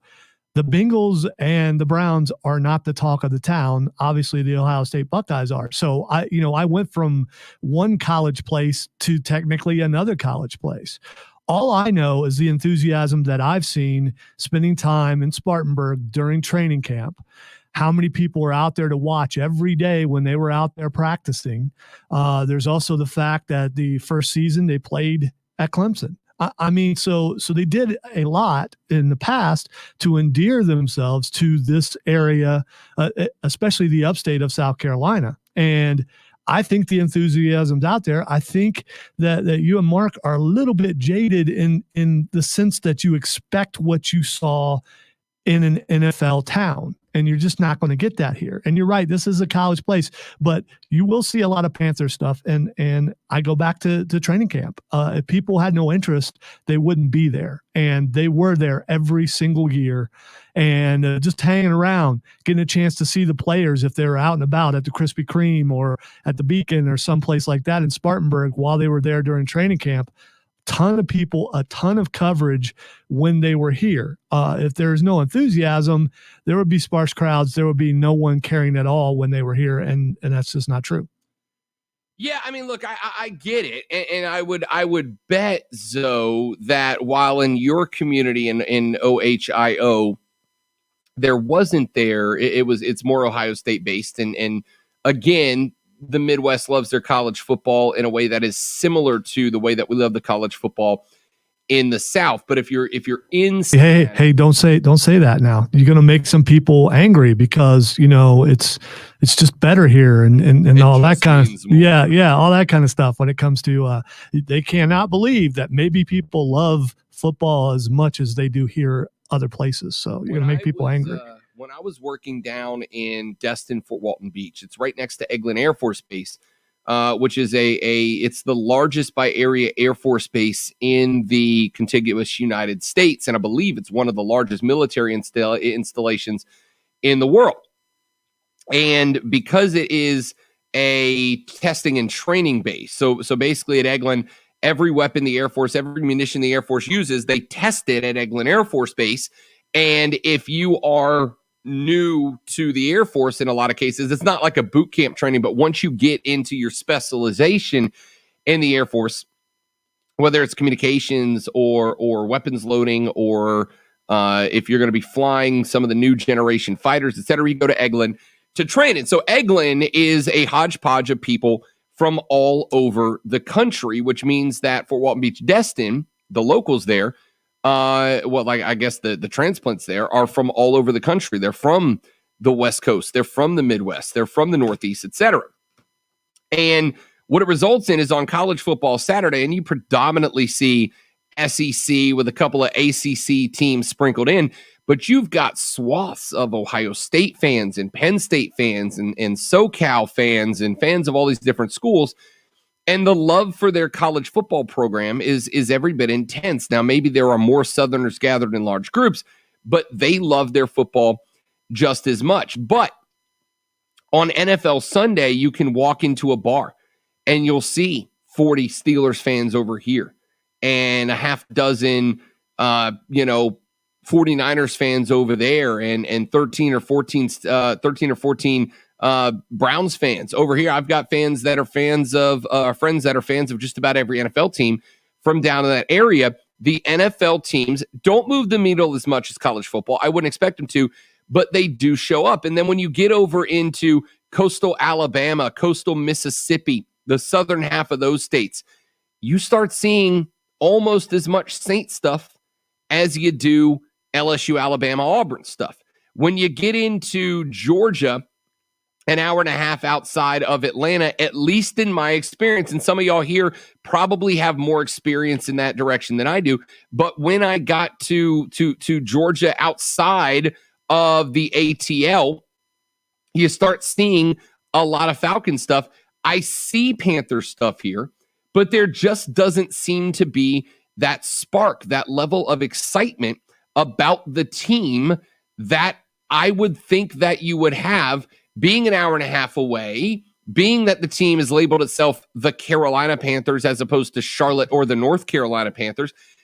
Now, there have been rumors over the past few months that they may be looking to move outside of Charlotte, potentially into one of the communities that are in South Carolina, but just outside of Charlotte, kind of up there on that border, so that they can be more centrally located to all of the Carolinas. I don't know if that's going to happen or not.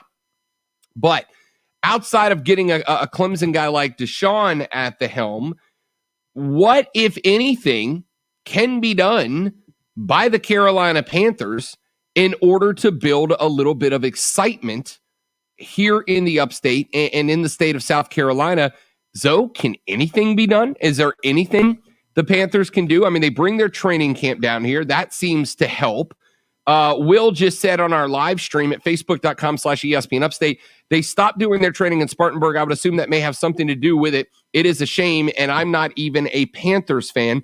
So short of bringing the training camp back down, is there anything the Panthers can do to kind of ramp up the excitement about their football program to even be close to what Clemson and South Carolina have here in the area? All right, you talked about all the little groups at the bars you went to in Destin. You know those groups are here too. You just have to go. You've been invited for one of those groups for Buffalo, if I recall. And I don't know how many people were there, but there are certain places where you can go in the Upstate and you will find a considerable crowd of fans of certain teams.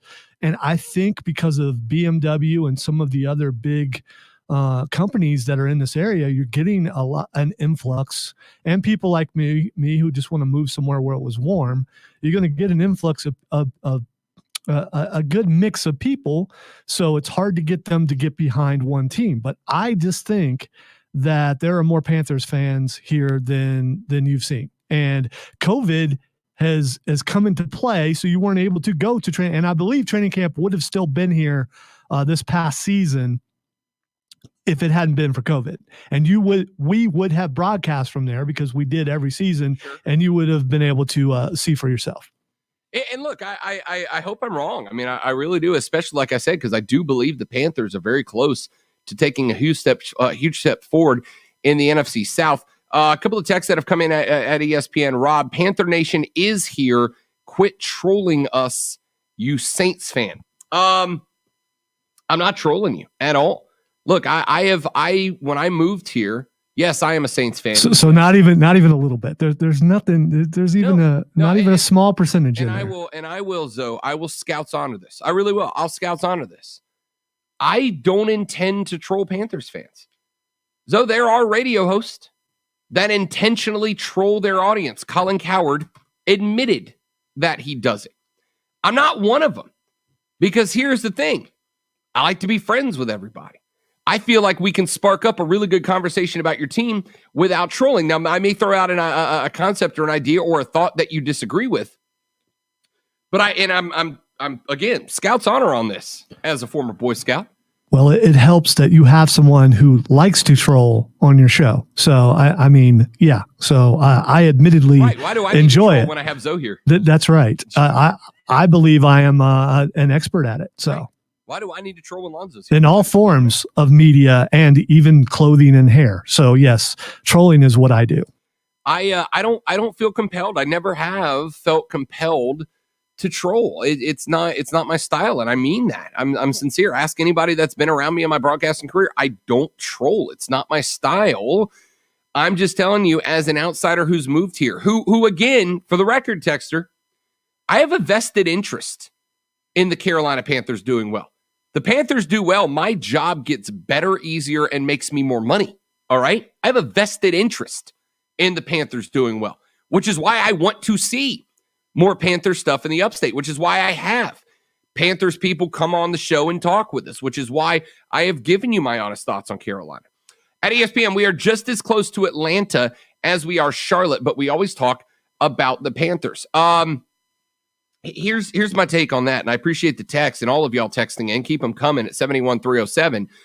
When I drive around, Zoe, I don't really see a lot of Georgia Bulldog stuff, right? I don't think you're having a mass exodus out of Atlanta to the Upstate, right? And I also understand that the majority of the NFL fans, like the majority of your conversation, is going to take place the closer you are to an NFL city. But with Carolina being right up the road, it's an hour 45 from here. And I know Atlanta's right at 2, an hour 45 itself. I don't see a lot of Georgia folks down here, but I see, obviously, a lot of Carolina locals, a lot of folks in the area. And I know the Upstate's kind of becoming a transplant city to some degree. What's it like, half and half locals and transplants? But it is a Carolina town. And it's right down the road from a Carolina team that calls itself Carolina. I wonder if that doesn't have something to do with it. On the stream, Brandon, my man Brandon Smith, big Falcons fan, says to those tell those Panthers fans, thanks for Mike Davis, #RiseUp. Yeah, Zoe, you and I agreed that was a mistake yesterday by the Carolina Panthers. Definitely a mistake. And hopefully he plays as well for you as he did for the Panthers. Ooh, man, if he does, Atlanta got a weapon. And finally, the last text before we take a break, it's 71307. Here's 2. One says, ESPN, go Falcons, Panthers suck. Cool. The NFC South rivalry is a bird. Is there a rivalry? So I've said so. New Orleans v. Atlanta to me is probably the most underappreciated rivalry in the NFL. Is there a legitimate, not just divisional, but is there a legitimate rivalry between the Panthers and the Falcons? Because I don't think there is. All right, so we know I'm a Chiefs fan, but I'm also a Panthers fan. I have an AFC team, I have an NFC team, and I could care less if you think I'm not a real fan because your opinion doesn't matter. And I'm not talking to you, Rob. But as a Panther fan, I cannot stand the Saints, and I cannot stand the Falcons. Tampa Bay, I really didn't care about till last year. So now you hate everybody. Well, yeah. Well, he won't play forever. I hope. And then the final text before we take a break at ESPN. Can we just all agree that Cowboys fans are the worst? Yes. Yes, we can. Quick break. Back after this. Rob Lonzo, the Rob Brown Show's on your radio. It's ESPN Upstate. Your chance to bank a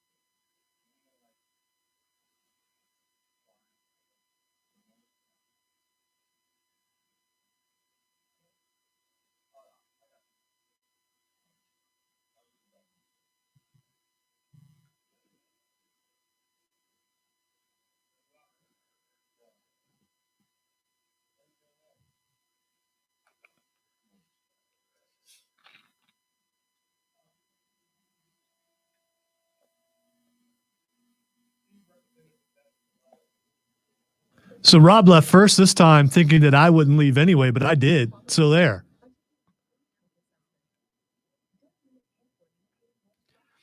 I don't understand what is expected Do we need to see Panther stuff everywhere for it to be a Panther town? I don't get what Rob and what Mark Ryan both want to see. I mean, how much Panthers gear do you have to see?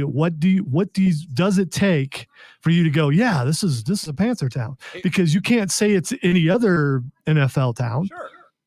I mean, it doesn't have to, like, it's just not a team specific town. And I understand that that Greenville, much like Destin, Fort Walton Beach, has a lot of folks from other parts of the country. So like I said, I saw a huge Bills crowd. I saw a ton of Steelers fans. But here's what I would like to see. And this is one of those streaming only discussions. What I would like to see when we talk Clemson, Carolina, we get calls, like a not insignificant number of them. When we talk Panthers, we hardly get anything. I mean, I've been here a year, and we hardly get calls about the Panthers at all, and it just shocks me a little bit because I've gotten, and this is true, I've gotten more texts and calls from Steelers fans than I have Panthers fans since I've been here, and that's just. And I know Steelers Nation is probably the most well spread out of the fan bases, but I would say if you go to a Panther game, it's been said it's a wine and cheese crowd, so maybe other fan bases like Pittsburgh are more vocal. Maybe. I'm not trying to make excuses. I mean, certain fan bases are more loudmouth than others. I'm not saying Pittsburgh is loudmouth, but we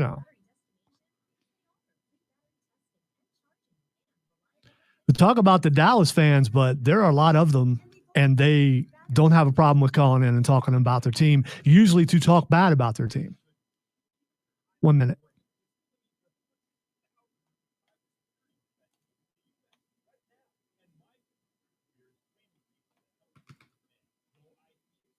So I'm watching. I haven't seen any other major deals yet in the NBA. Hour 15 left. If it follows suit, we'll get some of the really good ones like right near the end of the show. Yeah, I think you're right.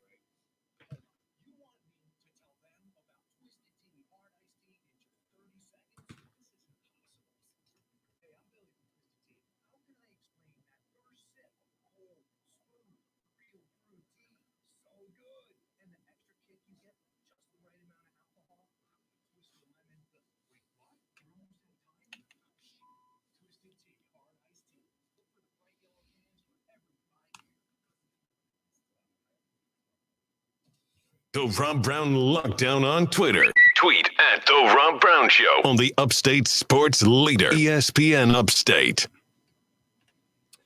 The Rob Brown Show rolls on. This is ESPN Upstate. Rob, Lonzo, and you. So Zoe asked me, and we'll do one more quick little segment on this, and then we'll get off of it for a minute. Lonzo asked me during the stream, and this is why you join the stream at facebook.com/ESPN Upstate. Facebook.com/ESPN Upstate, The Rob Brown Show on Twitter or on YouTube. Lonzo asked me, what would I like to see in order to be more willing to call this area a Panthers town, to call it clearly Carolina territory? And my answer, Zoe, is just participation, just excitement. You know what I mean when I say excitement. I have gotten, since I've been on this show, since I've been on this station, I have gotten more input from Pittsburgh Steelers fans, from Buffalo Bills fans, than I have gotten from Carolina Panthers fans. We occasionally get calls about Tampa Bay. And granted, look, Tampa's going to pick up bandwagon fans because they're holding the trophy. That's how the game works. And this, if I wanted to be a troll, this is where I'd say, trust me, as a Saints fan, I know, and you don't, Carolina fans, but I'm not a troll, so I wouldn't say that out loud, right? So, just excitement, participation, conversation. I see bumper stickers here and there, and that's great. I see window stickers here and there. That's great. When I go to sports bars, I see the Panthers flag draped, and I see the Panthers helmet up on the wall, and that's all well and good. But I get more interaction. Not that I'm saying that it's a bad fan base by any means. I just think it's a quiet one. And I guess I'm just not used to that. And granted, listen, I understand that the fan base I come from is loud and obnoxious. It's why people hate the Saints. You got folks like Brandon Smith over here in the stream. He's a Falcons fan that's chiming in. Panthers-Falcons rivalry. We just asked the Panthers fan about how Julio made their boy Luke Kuechly, his son, on national television. The Falcons fans are a very vocal fan base. It's why people hate Atlanta Falcons fans. See, I was going to point out that one of the reasons why is look at how the season went for Carolina, but the season didn't go well for Atlanta either, and some people are being vocal. So, I wish that you could look out there and say, yes, this is a Panther town, and maybe when things go back to whatever normal is going to be, maybe you'll be able to say that eventually. At ESPN on the text line 71307, hey, Falcons fan who commented on the stream, does 31-0 sound familiar? ? And at ESPN, go Saints, the Panthers will finish last in the NFC South this year. You know, though, to me, that comes down to quarterback. It comes down to what they do. If they run Teddy Bridgewater out there, the guy who went 0-8 in games where he had a chance to tie or take the lead on the last possession, then yeah, they will. If they go get a Justin Fields and they can develop him, a Zach Wilson, and they can develop him, look, the Saints are going to be a big question mark. I will not make the mistake of picking the Atlanta Falcons to have any level of success again. I absolutely made a mistake picking Atlanta to be a surprise dark horse in the playoffs this year, and they absolutely blanked the bed hard. I won't make that mistake again. It's gonna be not the best, but a very competitive division, though. But this is why you and I both said Carolina has to be aggressive and go up and get a quarterback, not take whatever table scraps are left for them at the 8th pick. This isn't like this is a team that's never won. They've been to the Super Bowl a couple of times. No, they didn't win the Super Bowl, but they've been there. So, I mean, and they've had some really good seasons. But you're right. It does come down to quarterback. If they stick with Teddy and they're forced to stick with Teddy, probably they will be in the cellar. And if they get one of these new quarterbacks, they still may be in the cellar. We don't know, but there are weapons there, at least on offense, that could help them win some games. We're just going to have to wait and see what happens in the draft and free agency. Keegan, I screwed up. I did not see you on the phone line. I've got the new phone. Fortunately, I've got a new and working phone now, but unfortunately, it did not alert me to a message from Zoe that you were online. So, Keegan, if you want to call back, I'll give you the whole last segment for your point. Quick break back after this on the Rob Brown Show. It's ESPN Upstate.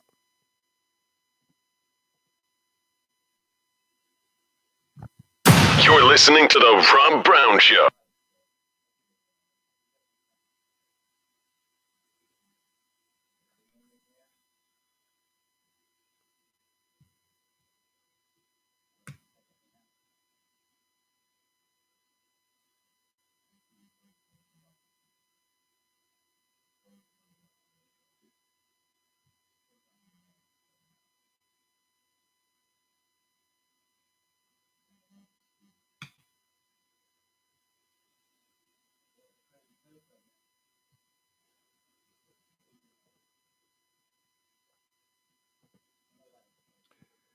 Tyler says Panthers fans barely get loud at the actual games. # Raider Nation. Wow.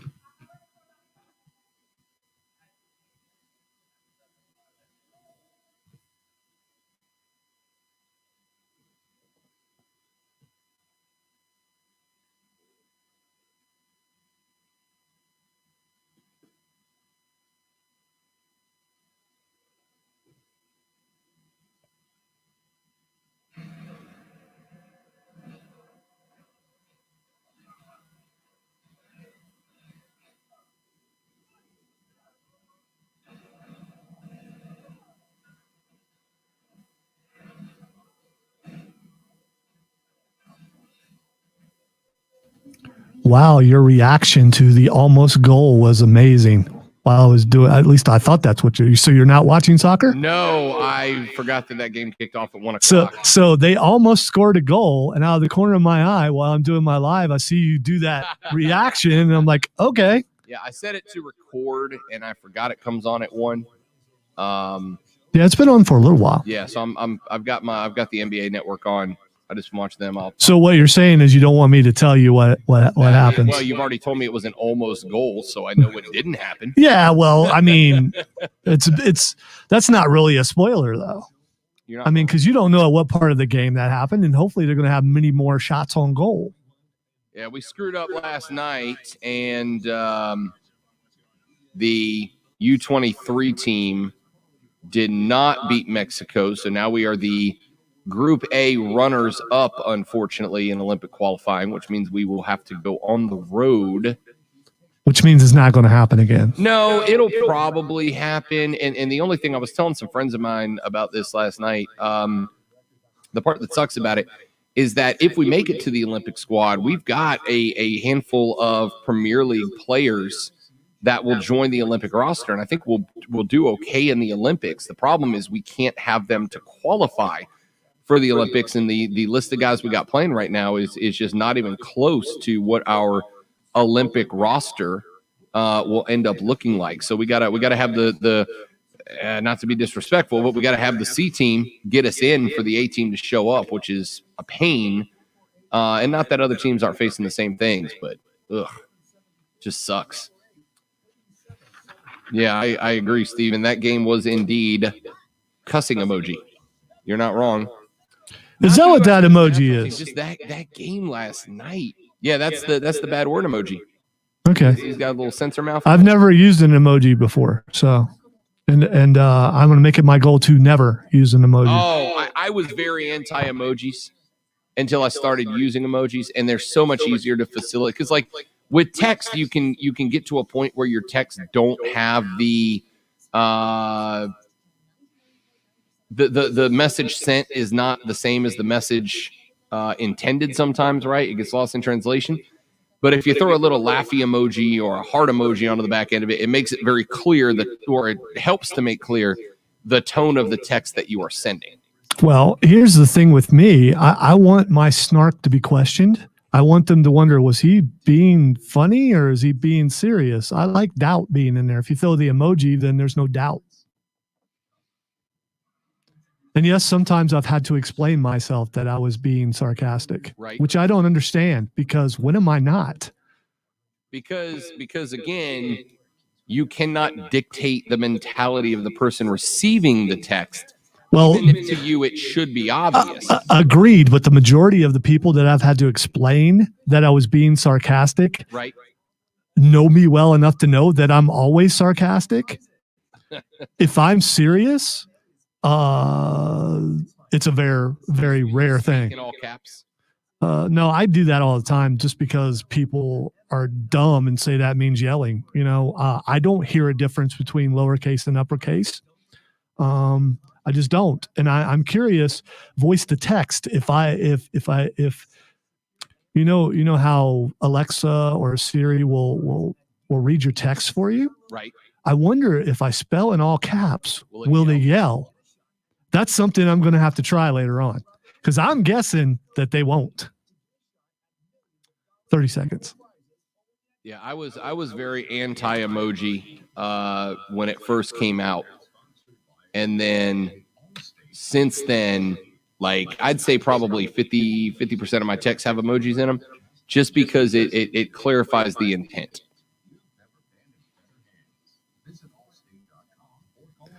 I say figure it out.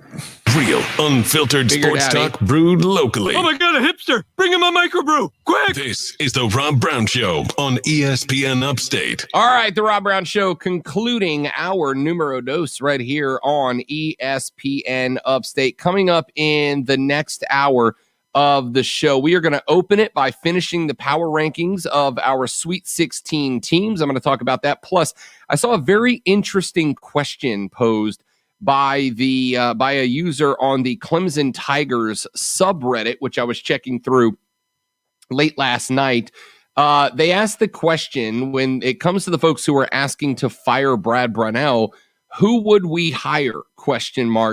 And a user attempted to answer that question. And I found it a very entertaining answer, and I think you might as well. So, opening segment, we'll finish wrapping up our Sweet 16 power rankings. We'll take a look at who I have in the bottom half of the Sweet 16. And then we'll ask the question, if it's not going to be Brad Brownell, who is the guy? Who is next up? We will try to answer that question as well. So that's coming up around the corner. Plus, NBA trade deadline is at 3 o'clock. So in the next hour, we'll give you the news and notes that we know so far.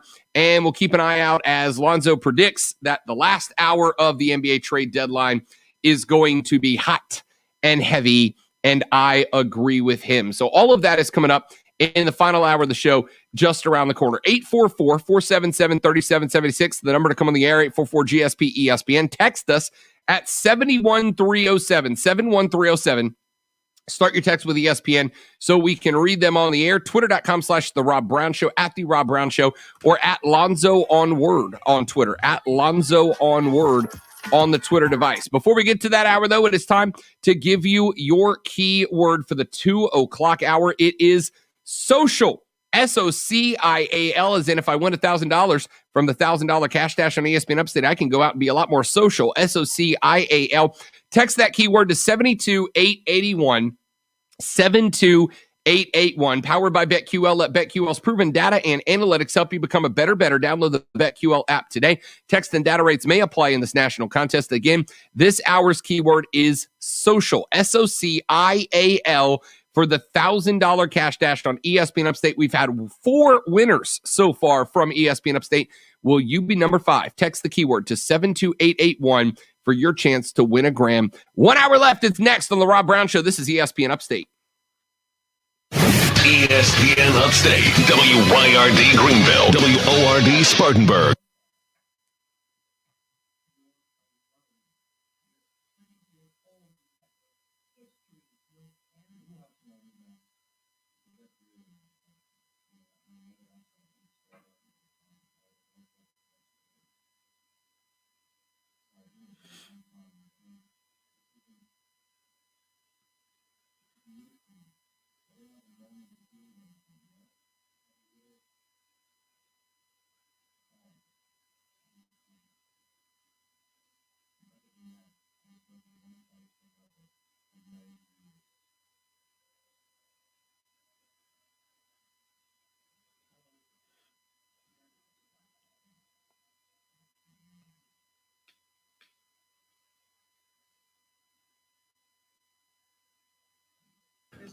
So look at the screen and get ready to critique. Okay.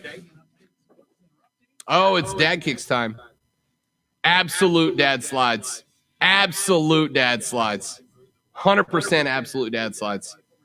Hang on, I need you to keep them up.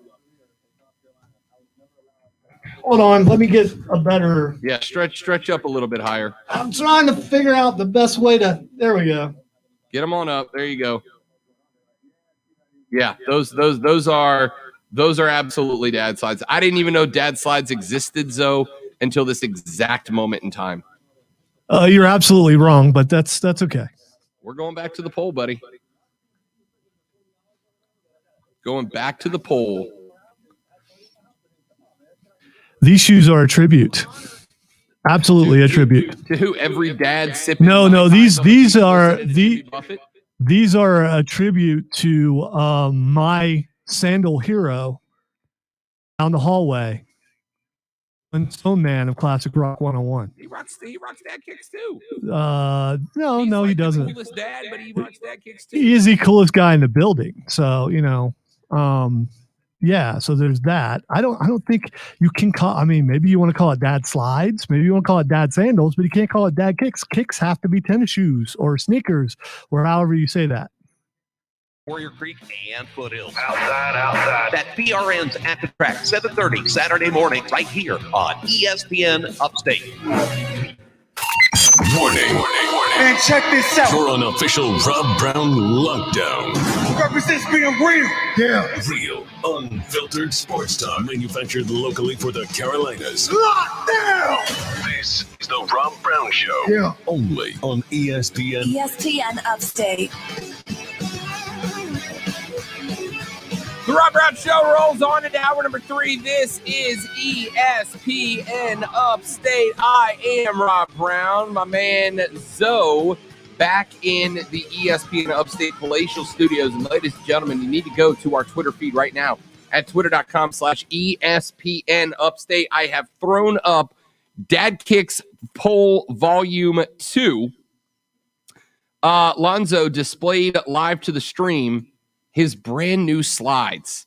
See, when I thought Zoe was saying slides, I thought he was talking like the black rubber slides we all used to rock back in the day. They've gotten hot. They've gotten popular. So you wanted me to get what everyone else gets? Why would I do that? How am I going to stand out in the crowd if I get what everyone else does? So I'm just saying, you be proud to have created the genre of dad slides.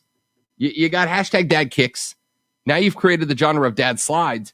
And listen, you be proud of your decisions, Lonzo. You own it. You own it. You're the only guy I know that could rock the pink and blue tie-dye New Day shirt successfully outside of Biggie Langston himself. You're rocking the... Would you like me to gyrate? Because I can do it if necessary.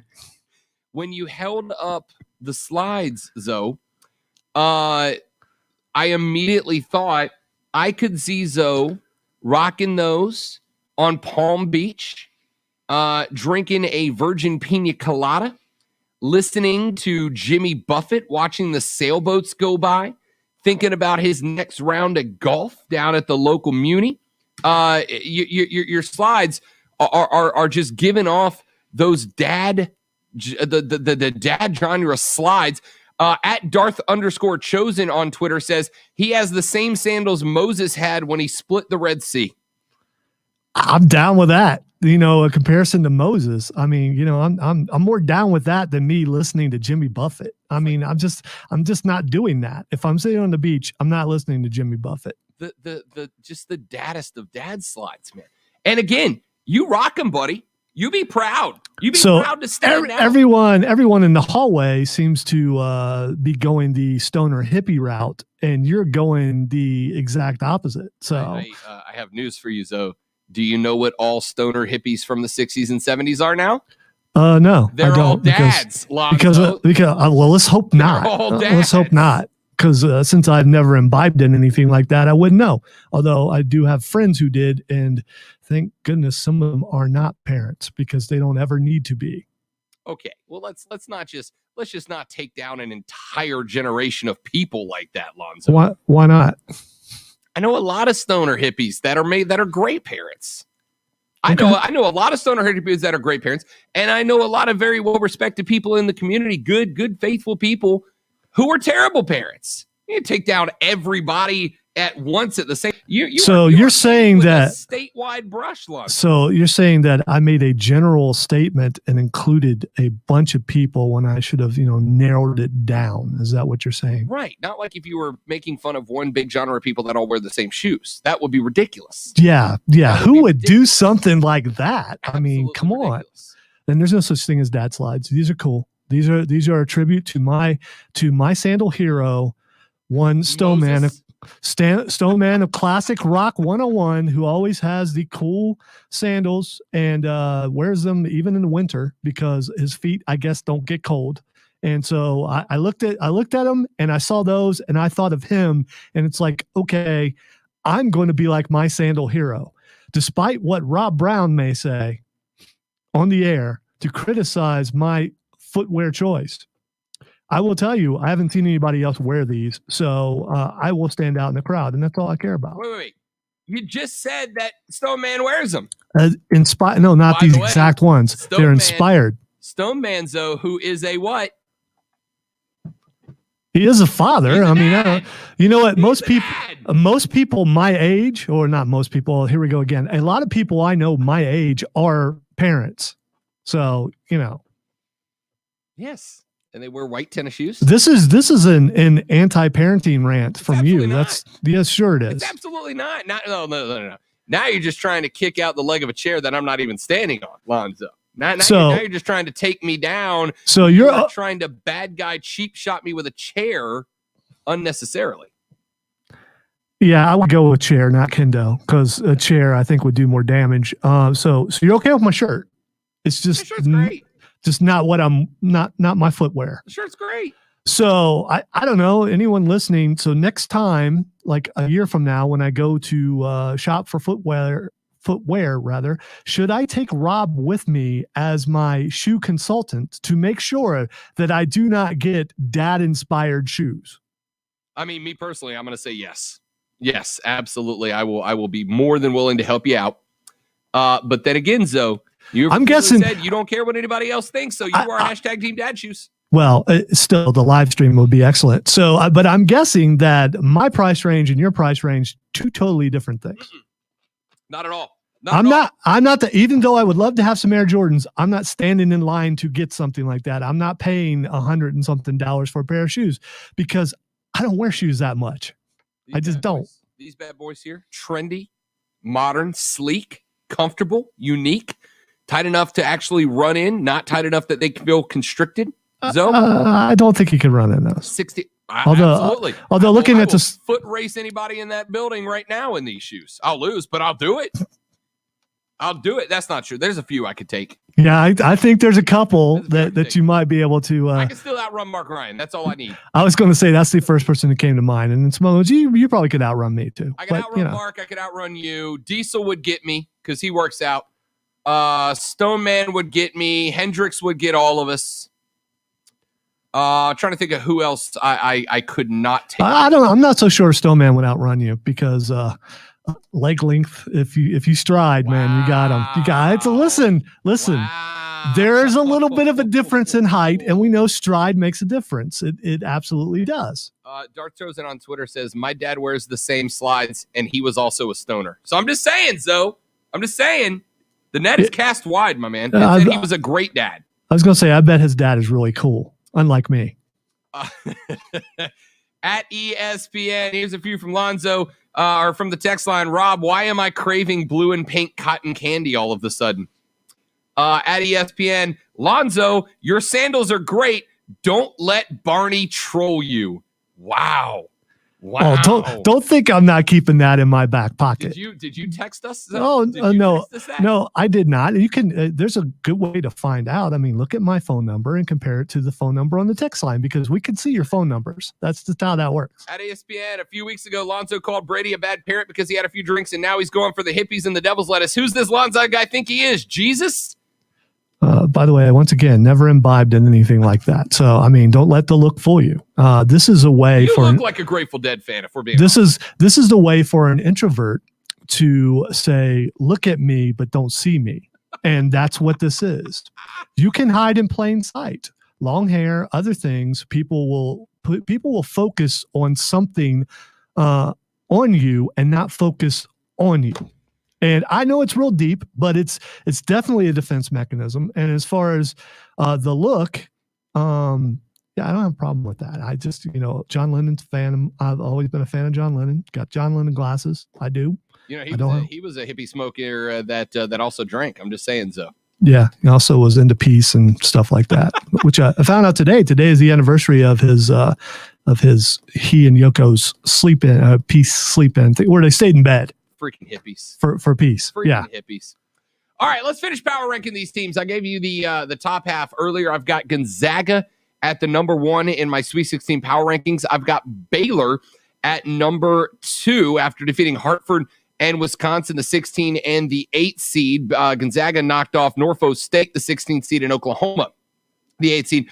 Both of them taking on 5 seeds this weekend. Gonzaga gets Creighton and Baylor gets Villanova. At number 3, I've got the University of Alabama. They knocked off number 15, Iona, and number 10, Maryland. They get the upstart UCLA Bruins.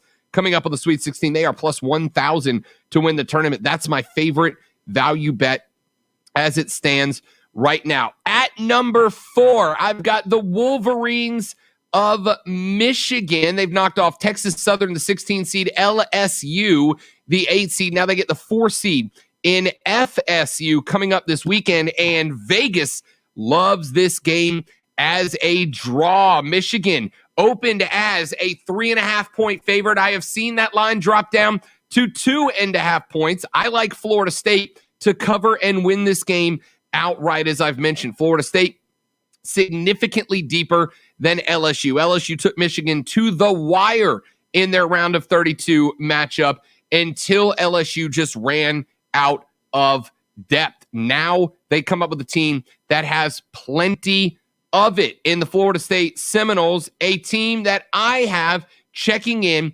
at number 5, just behind Michigan. Number 6, I've got Houston checking in after them. Houston's only got, they've got 2 wins, Cleveland State and Rutgers, obviously. They got number 11 Syracuse matched up next. Now, Houston trailed by 8 and was in massive trouble in their second round game against Rutgers. It was a remarkable knack for turning a missed shot into second chance opportunity that saved them. Houston rebounded 43.4% of their misses in that game, none bigger than Tremont Marks' go-ahead putback in the final minute. They'll do the same thing against Syracuse, and here is where the Orange bump into a problem. Syracuse runs that 2-3 zone. It fools a lot of teams in the tournament, but I can tell you, as somebody who played the middle of a 2-3 zone for a long time, it opens you up to be particularly susceptible to giving up offensive rebounds, and that will be the problem that Syracuse will face against H-Town coming up in the Sweet 16 matchup. If Cuse has to make a decision, do you want to prevent from Houston from cleaning up the glass and getting second chance opportunities, or do you want to guard the 3-point line with that 2-3 zone? If a team is very good at getting second chance opportunities, the 2-3 zone makes them simple, and that is where I think Houston has an advantage going up against Syracuse. I got FSU ranked just behind them. Florida State became the only team in this tournament to knock off a Pac-12 team. A strong defensive showing and a career game from Anthony Polite propelled FSU past Colorado, advanced to their 3rd straight Sweet 16. The Noles confounded Colorado's star point guard McKinley Wright, who finished with more turnovers, 5, than buckets, 4, or assist, 1. In 2018, FSU's bid to reach the Final Four ended with a 58-54 Elite 8 loss to Michigan. Next weekend, the Noles get their chance at revenge. I've got FSU just after Houston. Right behind them, give me Loyola Chicago. As we mentioned earlier, they are 2 victories away from their second Final Four appearance in 4 seasons, but a much different team. Loyola is now a favorite against Oregon State. Not so much a Cinderella are the boys of Sister Jean. Disciplined defense, emotion offense that generates a lot of open shots. The Ramblers will be a very tough out. I've got Oregon checking in behind Loyola Chicago. The seeding suggests that Oregon eliminated Gonzaga's biggest competition in the West. I told y'all that they are the best competition in the West. I had Oregon going up against the Zags in the Elite 8, and I stick with that. They've got USC coming up this weekend, and I like them against USC. USC checking in right behind Oregon on my power rankings. Feels too low for a team that's been dominant. They ran Kansas out of the gym on Monday night, but they're also a mysterious team, and not like a cool, fun comic book way, but in a way of we don't know which team is going to show up. This is a USC team that needed overtime to beat Cal Baptist, to beat UC Riverside, and to beat Utah nary but a couple of weeks ago. They are very aggressive up front. They are going to attack, but at the end of the day, Chris Duarte and the Oregon Ducks are knocking down threes. Those mid-range jumpers are there. I love them. Watch out for the Ducks. I got Arkansas checking in just behind Oregon. Eric Musselman has done a good job there. Musselman has taken Arkansas back to the Sweet 16 for the first time since the days of Nolan Richardson and the 40 Minutes of Hell. They stiff arm Colgate's upset bid, staved off a series of late surges from Texas Tech to slip by those two. Now they come up against Oral Roberts. And I got bad news for Oral Roberts. This is a big-time opportunity for Arkansas. Arkansas ran Oral Roberts by 21 in the second half just 3 months ago. They're just a better team. Right behind Arkansas, I've got Villanova. What makes Villanova as good as they are? Well, let's be honest. Steamrolling Winthrop and North Texas, a 12 and 13 seed respectively, is not all that impressive. But Villanova seems to be kind of finding a bit of a rhythm. Brian Antoine appears comfortable in an increased role. Jeremiah Robinson Earl has become more assertive with the ball in his hand. They look more vintage Villanova. They're just not there yet. I've got Syracuse, number 12 in my power rankings. Look, Syracuse, a very interesting team, but here's what it is. Most teams don't face 40 minutes of 2-3 zone defense like Boeheim brings to the floor. And while Syracuse has been knocking down some good shots, Buddy Boeheim has slowed up a little bit in the NCAA tournament, but he's still got potential to open it up. Houston's best offense is a missed shot. Syracuse has yielded more second chance opportunities than almost every other college basketball program. Unfortunately, they are done this weekend. Also done this weekend, number 13 in my Sweet 16 power rankings. That would be UCLA. Lost five-star recruit Deshaun Neeks to the NBA G League. The best returning player, Chris Smith, to a torn ACL. Rotational big man Jalen Hill to undisclosed reasons. But Mick Cronin has still coached the Bruins to the Sweet 16. But unfortunately, most Cinderella runs end with the glass slipper being shattered. While Johnny Zhang and others have blossomed for UCLA, they are not going to get it done against Alabama. Alabama can stretch them. They are faster. They knock down shots. UCLA meets its match this week. And at number 14, I've got Oregon State. Less than 2 weeks ago, Oregon State entered the Pac-12 tournament knowing that it represented the only path to the NCAA tournament. They went and won it. Your boy Rob Brown told you Oregon State was a Sweet 16 threat. What I did not tell you is that they are an Elite 8 threat. They, unfortunately, will meet their match to Sister Jean this weekend. The first time for the Sweet 16 for the Beavers in 39 years, and it will not be the first time in the Elite 8 for an even longer stretch. It's an improved offense for Oregon State. They have run a gauntlet through UCLA, Oregon, Colorado, Tennessee, Oklahoma State coming into the tournament. They have played through their big men more often, and it has paid off. However, Loyola Chicago is not going to allow them. They are going to swarm the ball before it crosses midcourt, and the Ramblers will knock off the Beavers. I've got right there behind Oregon State, Creighton, the Blue Jays, headed to the Sweet 16 for the first time since 1974, but not a super impressive path there. UC Santa Barbara, number 13 Ohio. Both of those teams were coming off of upsets or were just not that great. The Blue Jays were a team that I thought maybe deserved a higher seed, but I haven't been all that impressed. It's a very potent offense, but their problem is they come up against the Zags. They're just overmatched. And finally, I hate to do it. I love them. I'm in their corner. Love the way they have knocked off two heavy hitters. Oral Roberts has down both Ohio State and Florida. Could they beat Arkansas? Yeah, Ohio State's better than Arkansas. Absolutely. But they will have to rely on their school catchphrase, which is, quote, expect a miracle, end quote. They have joined Dunk City. That would be Florida Gulf Coast as the only number 15 seed to reach the Sweet 16. The upcoming matchup against Arkansas is a rematch of a December 20th game that the Golden Eagles led by 10 at halftime, but they lost by 21 when it was all said and done. Oral Roberts can put a scare on the Razorbacks, but at some point they are going to play like a fourth-place Summit League team again. Oral Roberts falls to the Razorbacks this weekend. Zoe, anybody I had too high or too low, do you think? I think you did a fine job, Rob, and I'm looking forward to you being right on the majority of those. Thank you very much. Thank you very much. I appreciate it. Sometimes I'm good at what I do, Zoe. Quick break. Back after this on the Rob Brown Show with ESPN Upstate. The Rob Brown Show. Listen on your Amazon or Google smart speaker. Just say, play ESPN Upstate. So just want to clarify that we're still doing. Yeah. Okay. Just making sure. Yeah, Because that's you didn't why I mention didn't it. schedule anything for the next segment either, so you can take it a little long. Okay. Yep, all you, bud.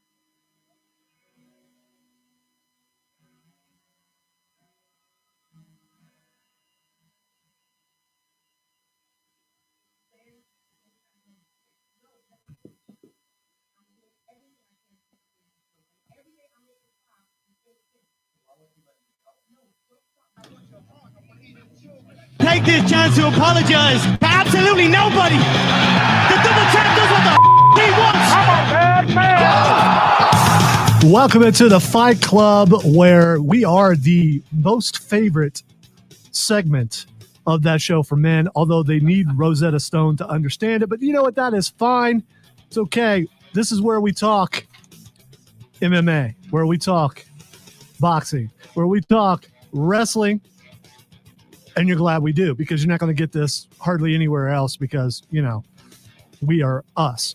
Let us talk about this weekend, Saturday night, UFC 260. Really looking forward to this. Some really good matches on this card, including, well, let's just go over the main card really quick. All right, starting at the bottom, we have James Malarkey versus Kami Worthy. Don't know a lot about this fight, but still looking forward to it. Jillian Robertson versus Miranda Maverick. And then here we get into Sean O'Malley versus Thomas Almeida. I always say his name wrong, but that's fine. Sean O'Malley, the rainbow hair and all that kind of stuff, was really on top, and then he got his butt spanked. I believe it was the last time that he fought. So looking forward to watching him fight again. Really love the fighter.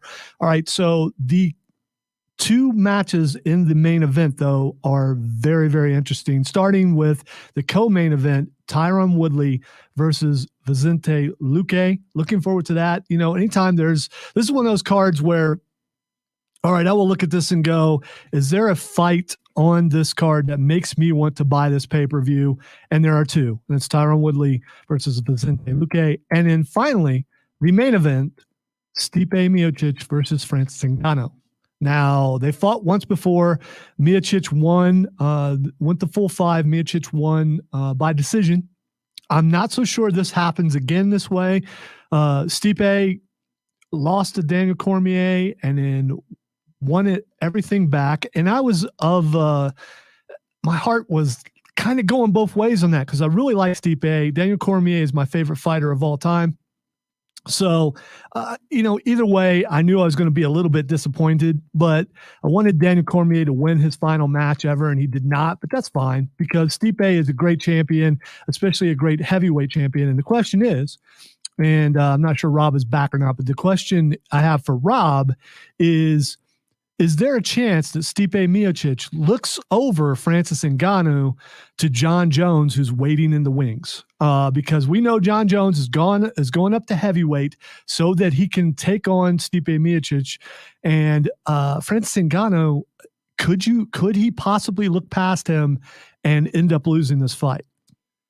Yes, is the answer. He wants John Jones. He's absolutely going to attack John Jones. There's no doubt about it.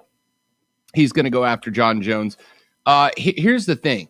Stipe Miocic is a more well-rounded fighter than Francis Ngannou. And we really haven't even gotten to see, I don't think, all that much of Ngannou having to go to the ground, etc. Ngannou comes out like a Terminator who just wants to knock your head off of your neck. And, you know, if Stipe is A, looking ahead to John, and B, not prepared. I mean, if he over-prepares for ground game and is not fully prepared to evade the strikes of Francis Ngannou, he could lose his fight. I like Stipe in this fight, and you know, Zoe, how much of a Francis Ngannou fan I am. I love that guy. Guy's incredible. I love him. But when it comes down to it, I absolutely think that Francis Ngannou is, in this fight, the definition of a puncher's chance, right? He's got to connect. Now, if he gets a couple of headshots, I'm not saying he's got to knock Stipe's head off his neck. He's got to stun him a little bit. He stuns him a little bit, then maybe he can get into the game. But no, I like Stipe in this fight unless he's just mentally readying himself for that highlight fight against John Bones Jones. Well, if Stipe had never been knocked out, then I would think there's no chance. But seeing as how Cormier knocked him out, there is a chance that he could be knocked out. And we know Ngannou has that power. But I was looking at the old fight, the first fight, and Stipe took him down a bunch. So there's the thing. Has his wrestling defense, has it gotten better? And I guess we'll find out Friday night or Saturday night. Really looking forward to that fight. Let's jump to boxing, or exhibition boxing real quick. It was just announced earlier that Pete Davidson will join Snoop Dogg to announce the Jake Paul versus Ben Askren fight. Are you down for that? Just even though you have to suffer through Jake Paul, the fact that Snoop Dogg and Pete Davidson together on the announce team for that fight. Snoop has been incredible on every combat sport mic he's been on. He's been great, whether it's been in AEW, whether it was for the Mike Tyson Roy Jones fight. Every time he's picked up a mic, he's been incredible. So I'm gonna watch it. I don't have anything. I'm not a big Pete Davidson fan. I also don't have anything against him, except how does he keep scoring the world's hottest women? Like, that dude's on an A-Rod streak right now. I told you how I feel about this fight, Zoe. If Jake Paul wants to be a boxer, then be a boxer. Stop being a YouTube star and be a damn boxer. If he wins this fight, he gets an ounce of credibility. If it doesn't, I hope he is banished back to the world of YouTube, where I can block his channel and never have to deal with that pain in the ass again. That's all it comes down to for me. All right, I have an admission that I threw this in here to get a look on Rob's face, which I absolutely. If you're watching on the stream right now, ESPN Upstate or on YouTube or wherever you would watch, you would have seen the look on his face when I mentioned Jake Paul. Yeah. So for that reason, it was worth it. Although I think Snoop Dogg does. He's kind of Tony Romo-esque in his deliveries. There's absolute excitement, and it isn't like he doesn't know what he's talking about, because he does. I got to believe if he didn't, it still would be entertaining. But the fact that he has knowledge about what he's talking about, and he is who is, and I'm with you. I'm not the biggest Pete Davidson fan, but the combination I think would be pretty interesting. All right, let us go to the WWE. And before we get into anything major, I asked a question yesterday, probably around this time on the show. Well, actually, it was during Twitter trending topics. Look at that. I said it without, that'll never happen again. The Great Khali was announced to be inducted into the WWE Hall of Fame. Now, when it comes down to it, it's like, well, it's not real. That means the Hall of Fame's not real. I mean, you can look at it that way, but it's also like, being recognized by, I don't know, Oscars or something for lifetime achievement. And it's kind of like, well, if you want to look at it that way, if you want to get beyond the fact that it's not real, then look at it that way. What did the Great Khali do to deserve being inducted into the Hall of Fame, other than being really tall and being in an Adam Sandler movie? We talked about this very briefly yesterday, and I really had to kind of go ask myself, did the guy deserve it or not, right? And I saw some arguments on Twitter from folks who were like, oh, well, it came up with the Punjabi prison match. All right, dude, which we've seen, twice in all time, right? I'm not a fan. Here's why I think Khali goes in, and I don't have an issue with it. Khali did a lot to open up wrestling to other parts of the world, specifically India, where WWE has gained tremendous success. We've seen a lot of Indian superstars, Jinder Mahal being one of them. He was champion for a while.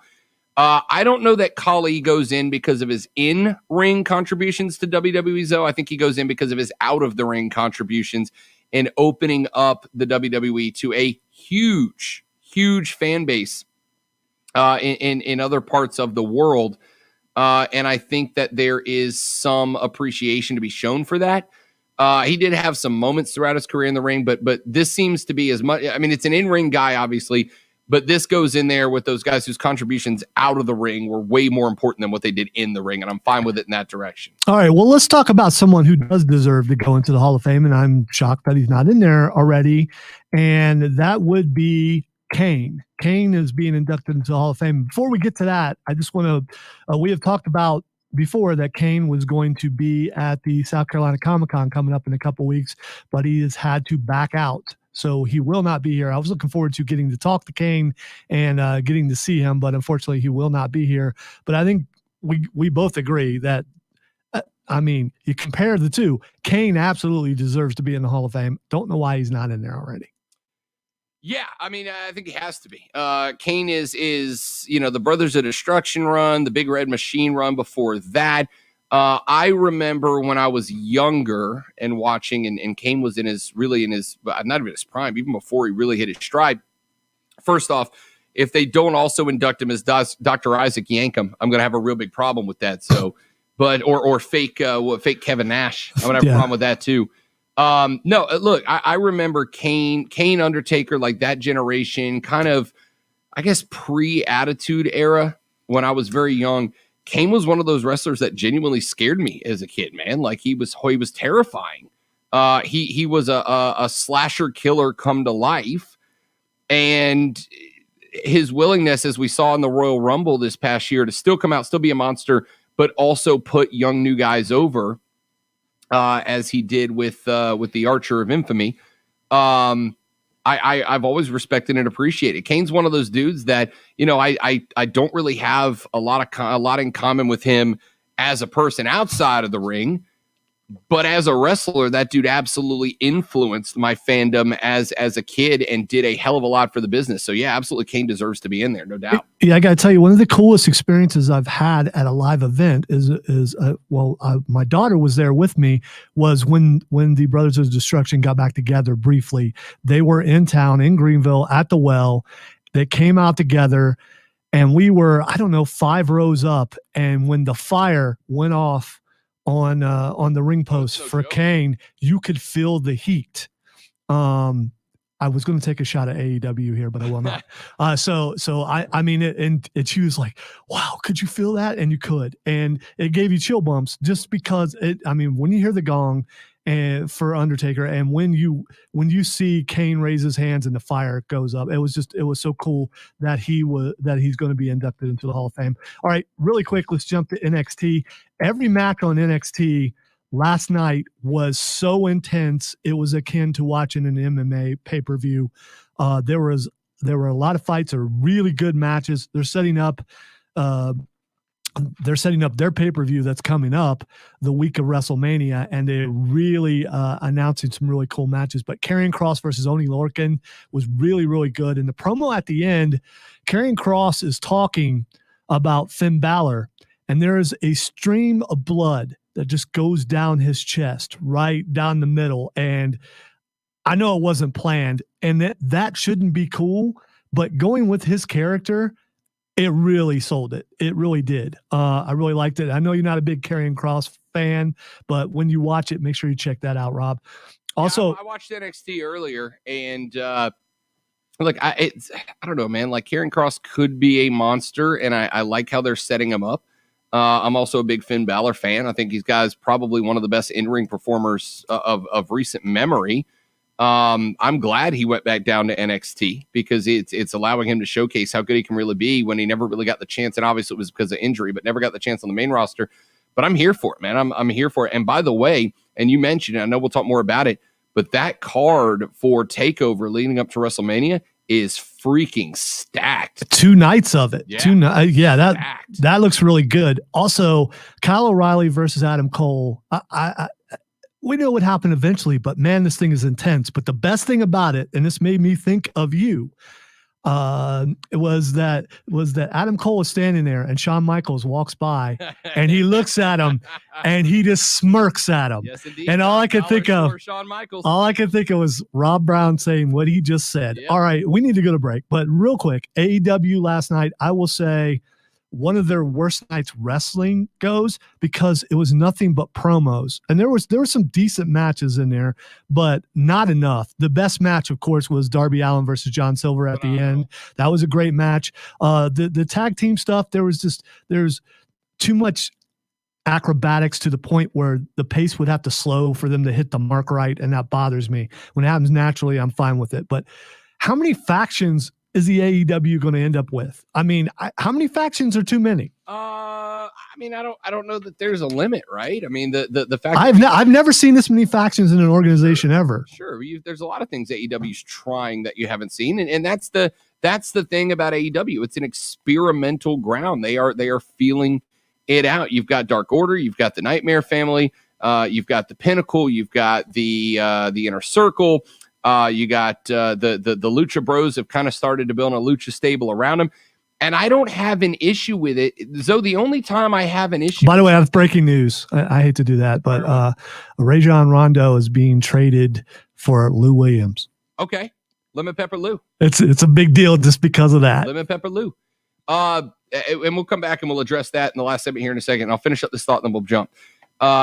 Zoe, I don't have a problem with something in wrestling being experimented with unless it's just plain bad. And if you can point out a legitimate reason that having these factions are bad, when these guys in these factions are also doing singles runs and singles competitions, then hit me with it. But so far, the number of factions hasn't gotten to the point where it's taking away from the actual wrestling. We're still getting John Silver wrestling good matches. We're still getting Cody Rhodes and QT having a match, an exhibition next week. As long as the wrestling's good, who cares if it's not how it's been done in the past? I don't care. Just give me something new to see if we like it or dislike it. And I love AEW for doing it.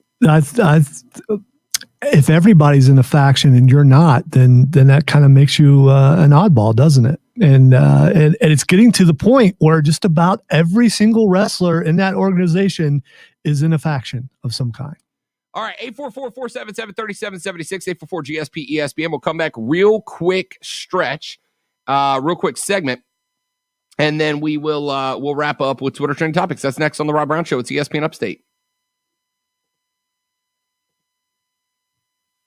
You could have your own celebration dance with free cash. Want to hear something fun and annoying, Lonzo? Sorry, I'm just trying to figure out this email we got, but go ahead. I can't get into my email because I got a new phone again.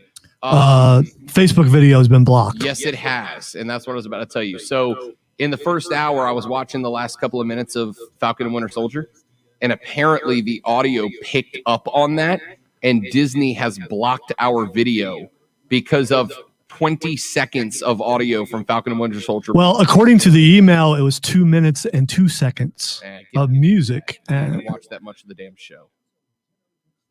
So, but yeah, it was audio from Falcon and Winter Soldier that they've already gotten to the algorithm to be matched, and that blocked our video because of it. So now I've got to be very careful, apparently, about what I watch in the background during breaks. And I went to submit a dispute to argue that, it was very light in the background, whatever. And it told me, if you submit this dispute and we do not clear it, we may take further disciplinary action upon your account, which is the ESPN Upstate account. So I can't do it. So we basically have no video here. We still have people that are watching on the Twitter and the YouTubes. But yeah, we lost Facebook, which is the predominant one, which sucks. So we're going to be going a little bit later on this because we have tornado warning.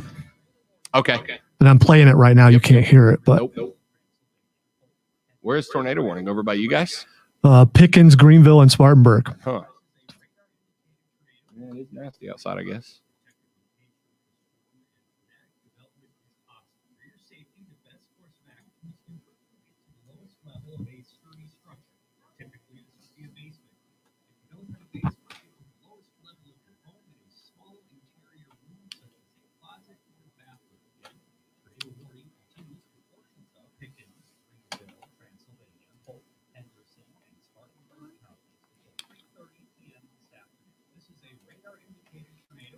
So when you get the chance, answer that email, or I can answer it if you want.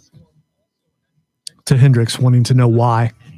I will tell him when I get up there. Hurry and be careful. In fact, how much time we have? We have, let's see, 1, 2, almost 3 minutes. Okay, I'll go ahead and call him.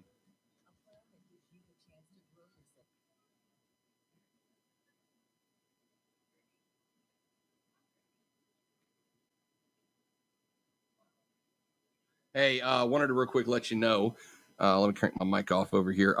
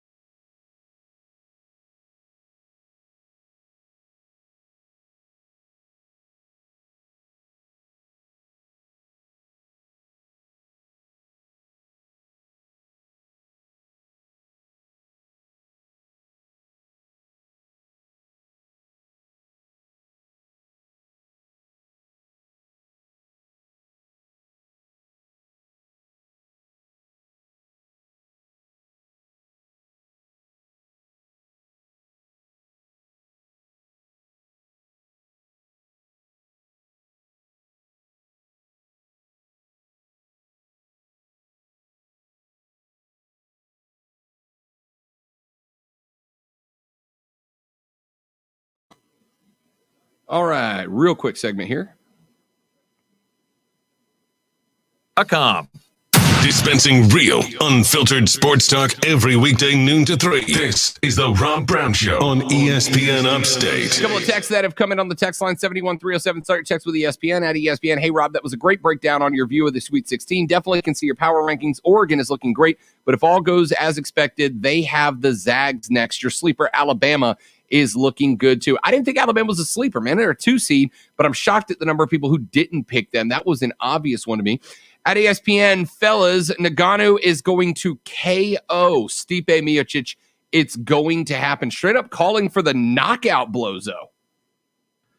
Yeah, it is possible. It absolutely is possible, but I think Stipe is too good of a fighter to lose to Ngannou that way. But we'll see. Completely agree. And finally, ESPN, Rob, can't wait on the MMA match coming up, the Zoe versus the Ryan, not Ryan. Don't hold your breath on that one. I'm just saying. And I'm going to go with the 22-time high school state wrestling champion in that one, the great one, Lonzo. So. Yeah, that's me. That's absolutely me.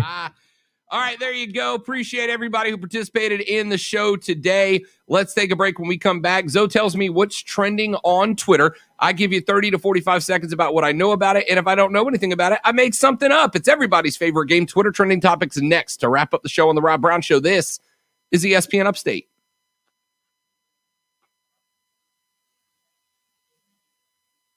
The Rob Brown Show. Listen on your phone everywhere.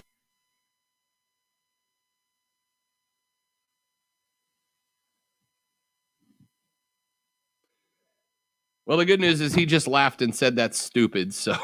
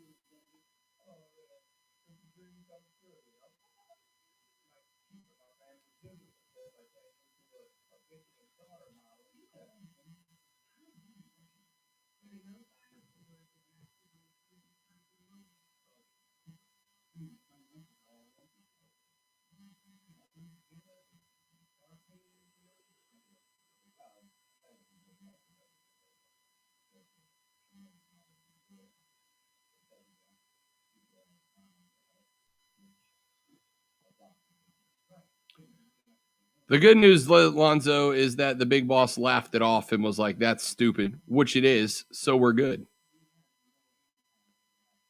Well, I have to admit a little something here. I'm glad it wasn't me because I'm racking my brain going, okay, I know where I got that intro music at. I know where I got that from, and none of that's from Disney.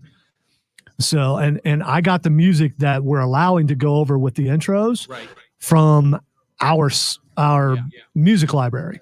It was 100% on my end. Okay. Yeah, it was like I said, I was rewatching the last couple of minutes of Falcon and Winter Soldier, and it picked up that audio, which is crazy because I didn't even have I had the volume on like 1 for that exact reason, and it still picked it up, which is nuts.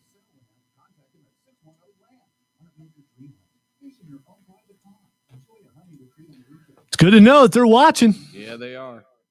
Or their computers are watching.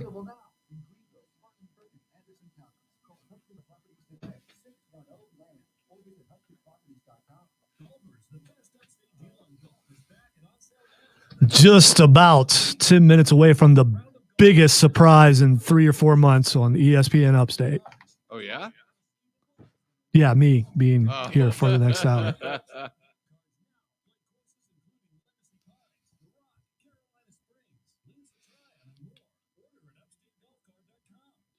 I'm sure Mark is listening right now, so I'm just going to say, Mark, I don't want to talk the entire hour, which means you're going to talk to me the entire hour. I know how that works.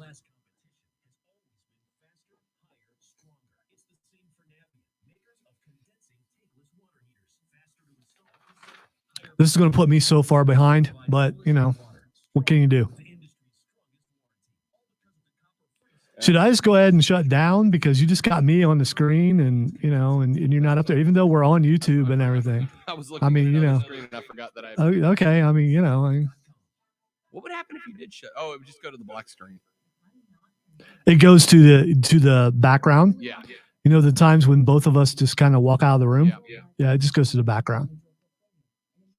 But if your computer shuts down, I am told they can't hear me. So yeah. Well, so your audio is coming through the Comrex. Right. It's about the Comrex because the experience I had before when we're on Upstate Pulse and we lost it, their audio was still on. So.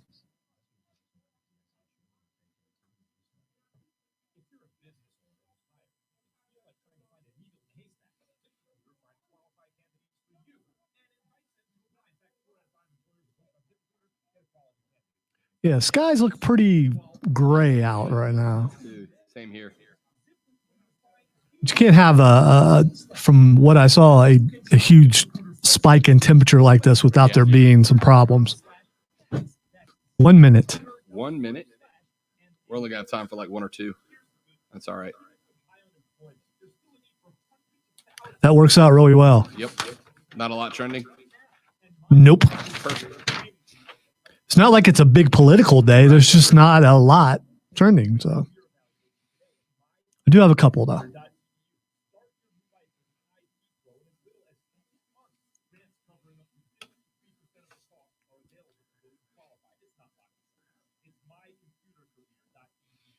This report is sponsored by Allstate. With Allstate, you can really save. New ways to save, more ways to save. Find out just how much you can save today. Allstate, you've never been in better hands. Visit allstate.com or call an agent to get a quote.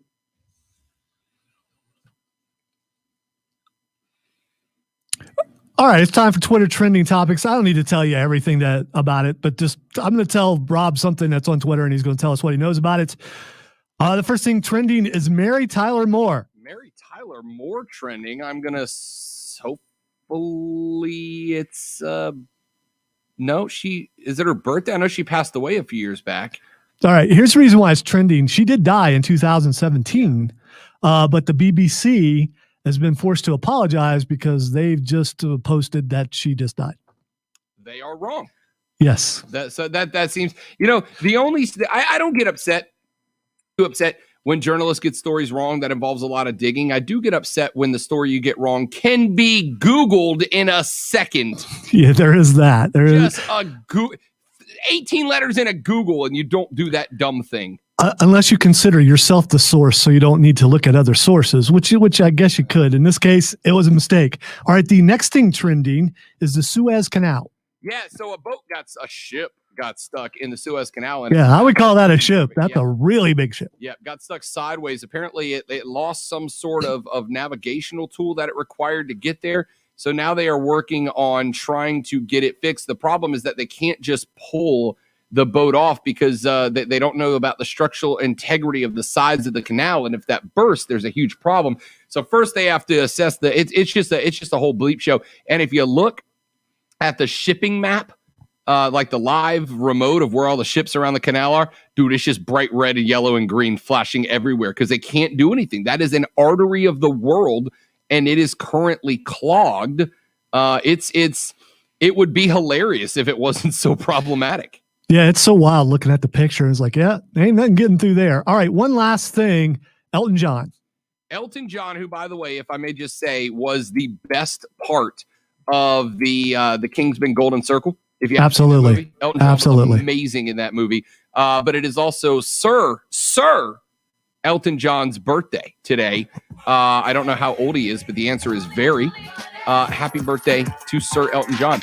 Before we get out of here, time to win you $1,000, or at least try to. You'll become the 5th person to win $1,000 in the cash stash on ESPN Upstate. Your keyword going into the 3 o'clock hour is dream, DREAM, dream, DREAM. Text that word to 72881 for your chance to win $1,000 in the $1,000 cash dash on ESPN Upstate, powered by BetQL. Let BetQL's proven data and analytics help you become a better.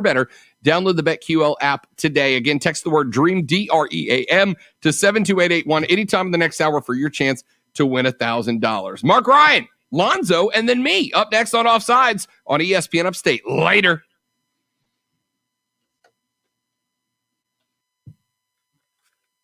All right, bud.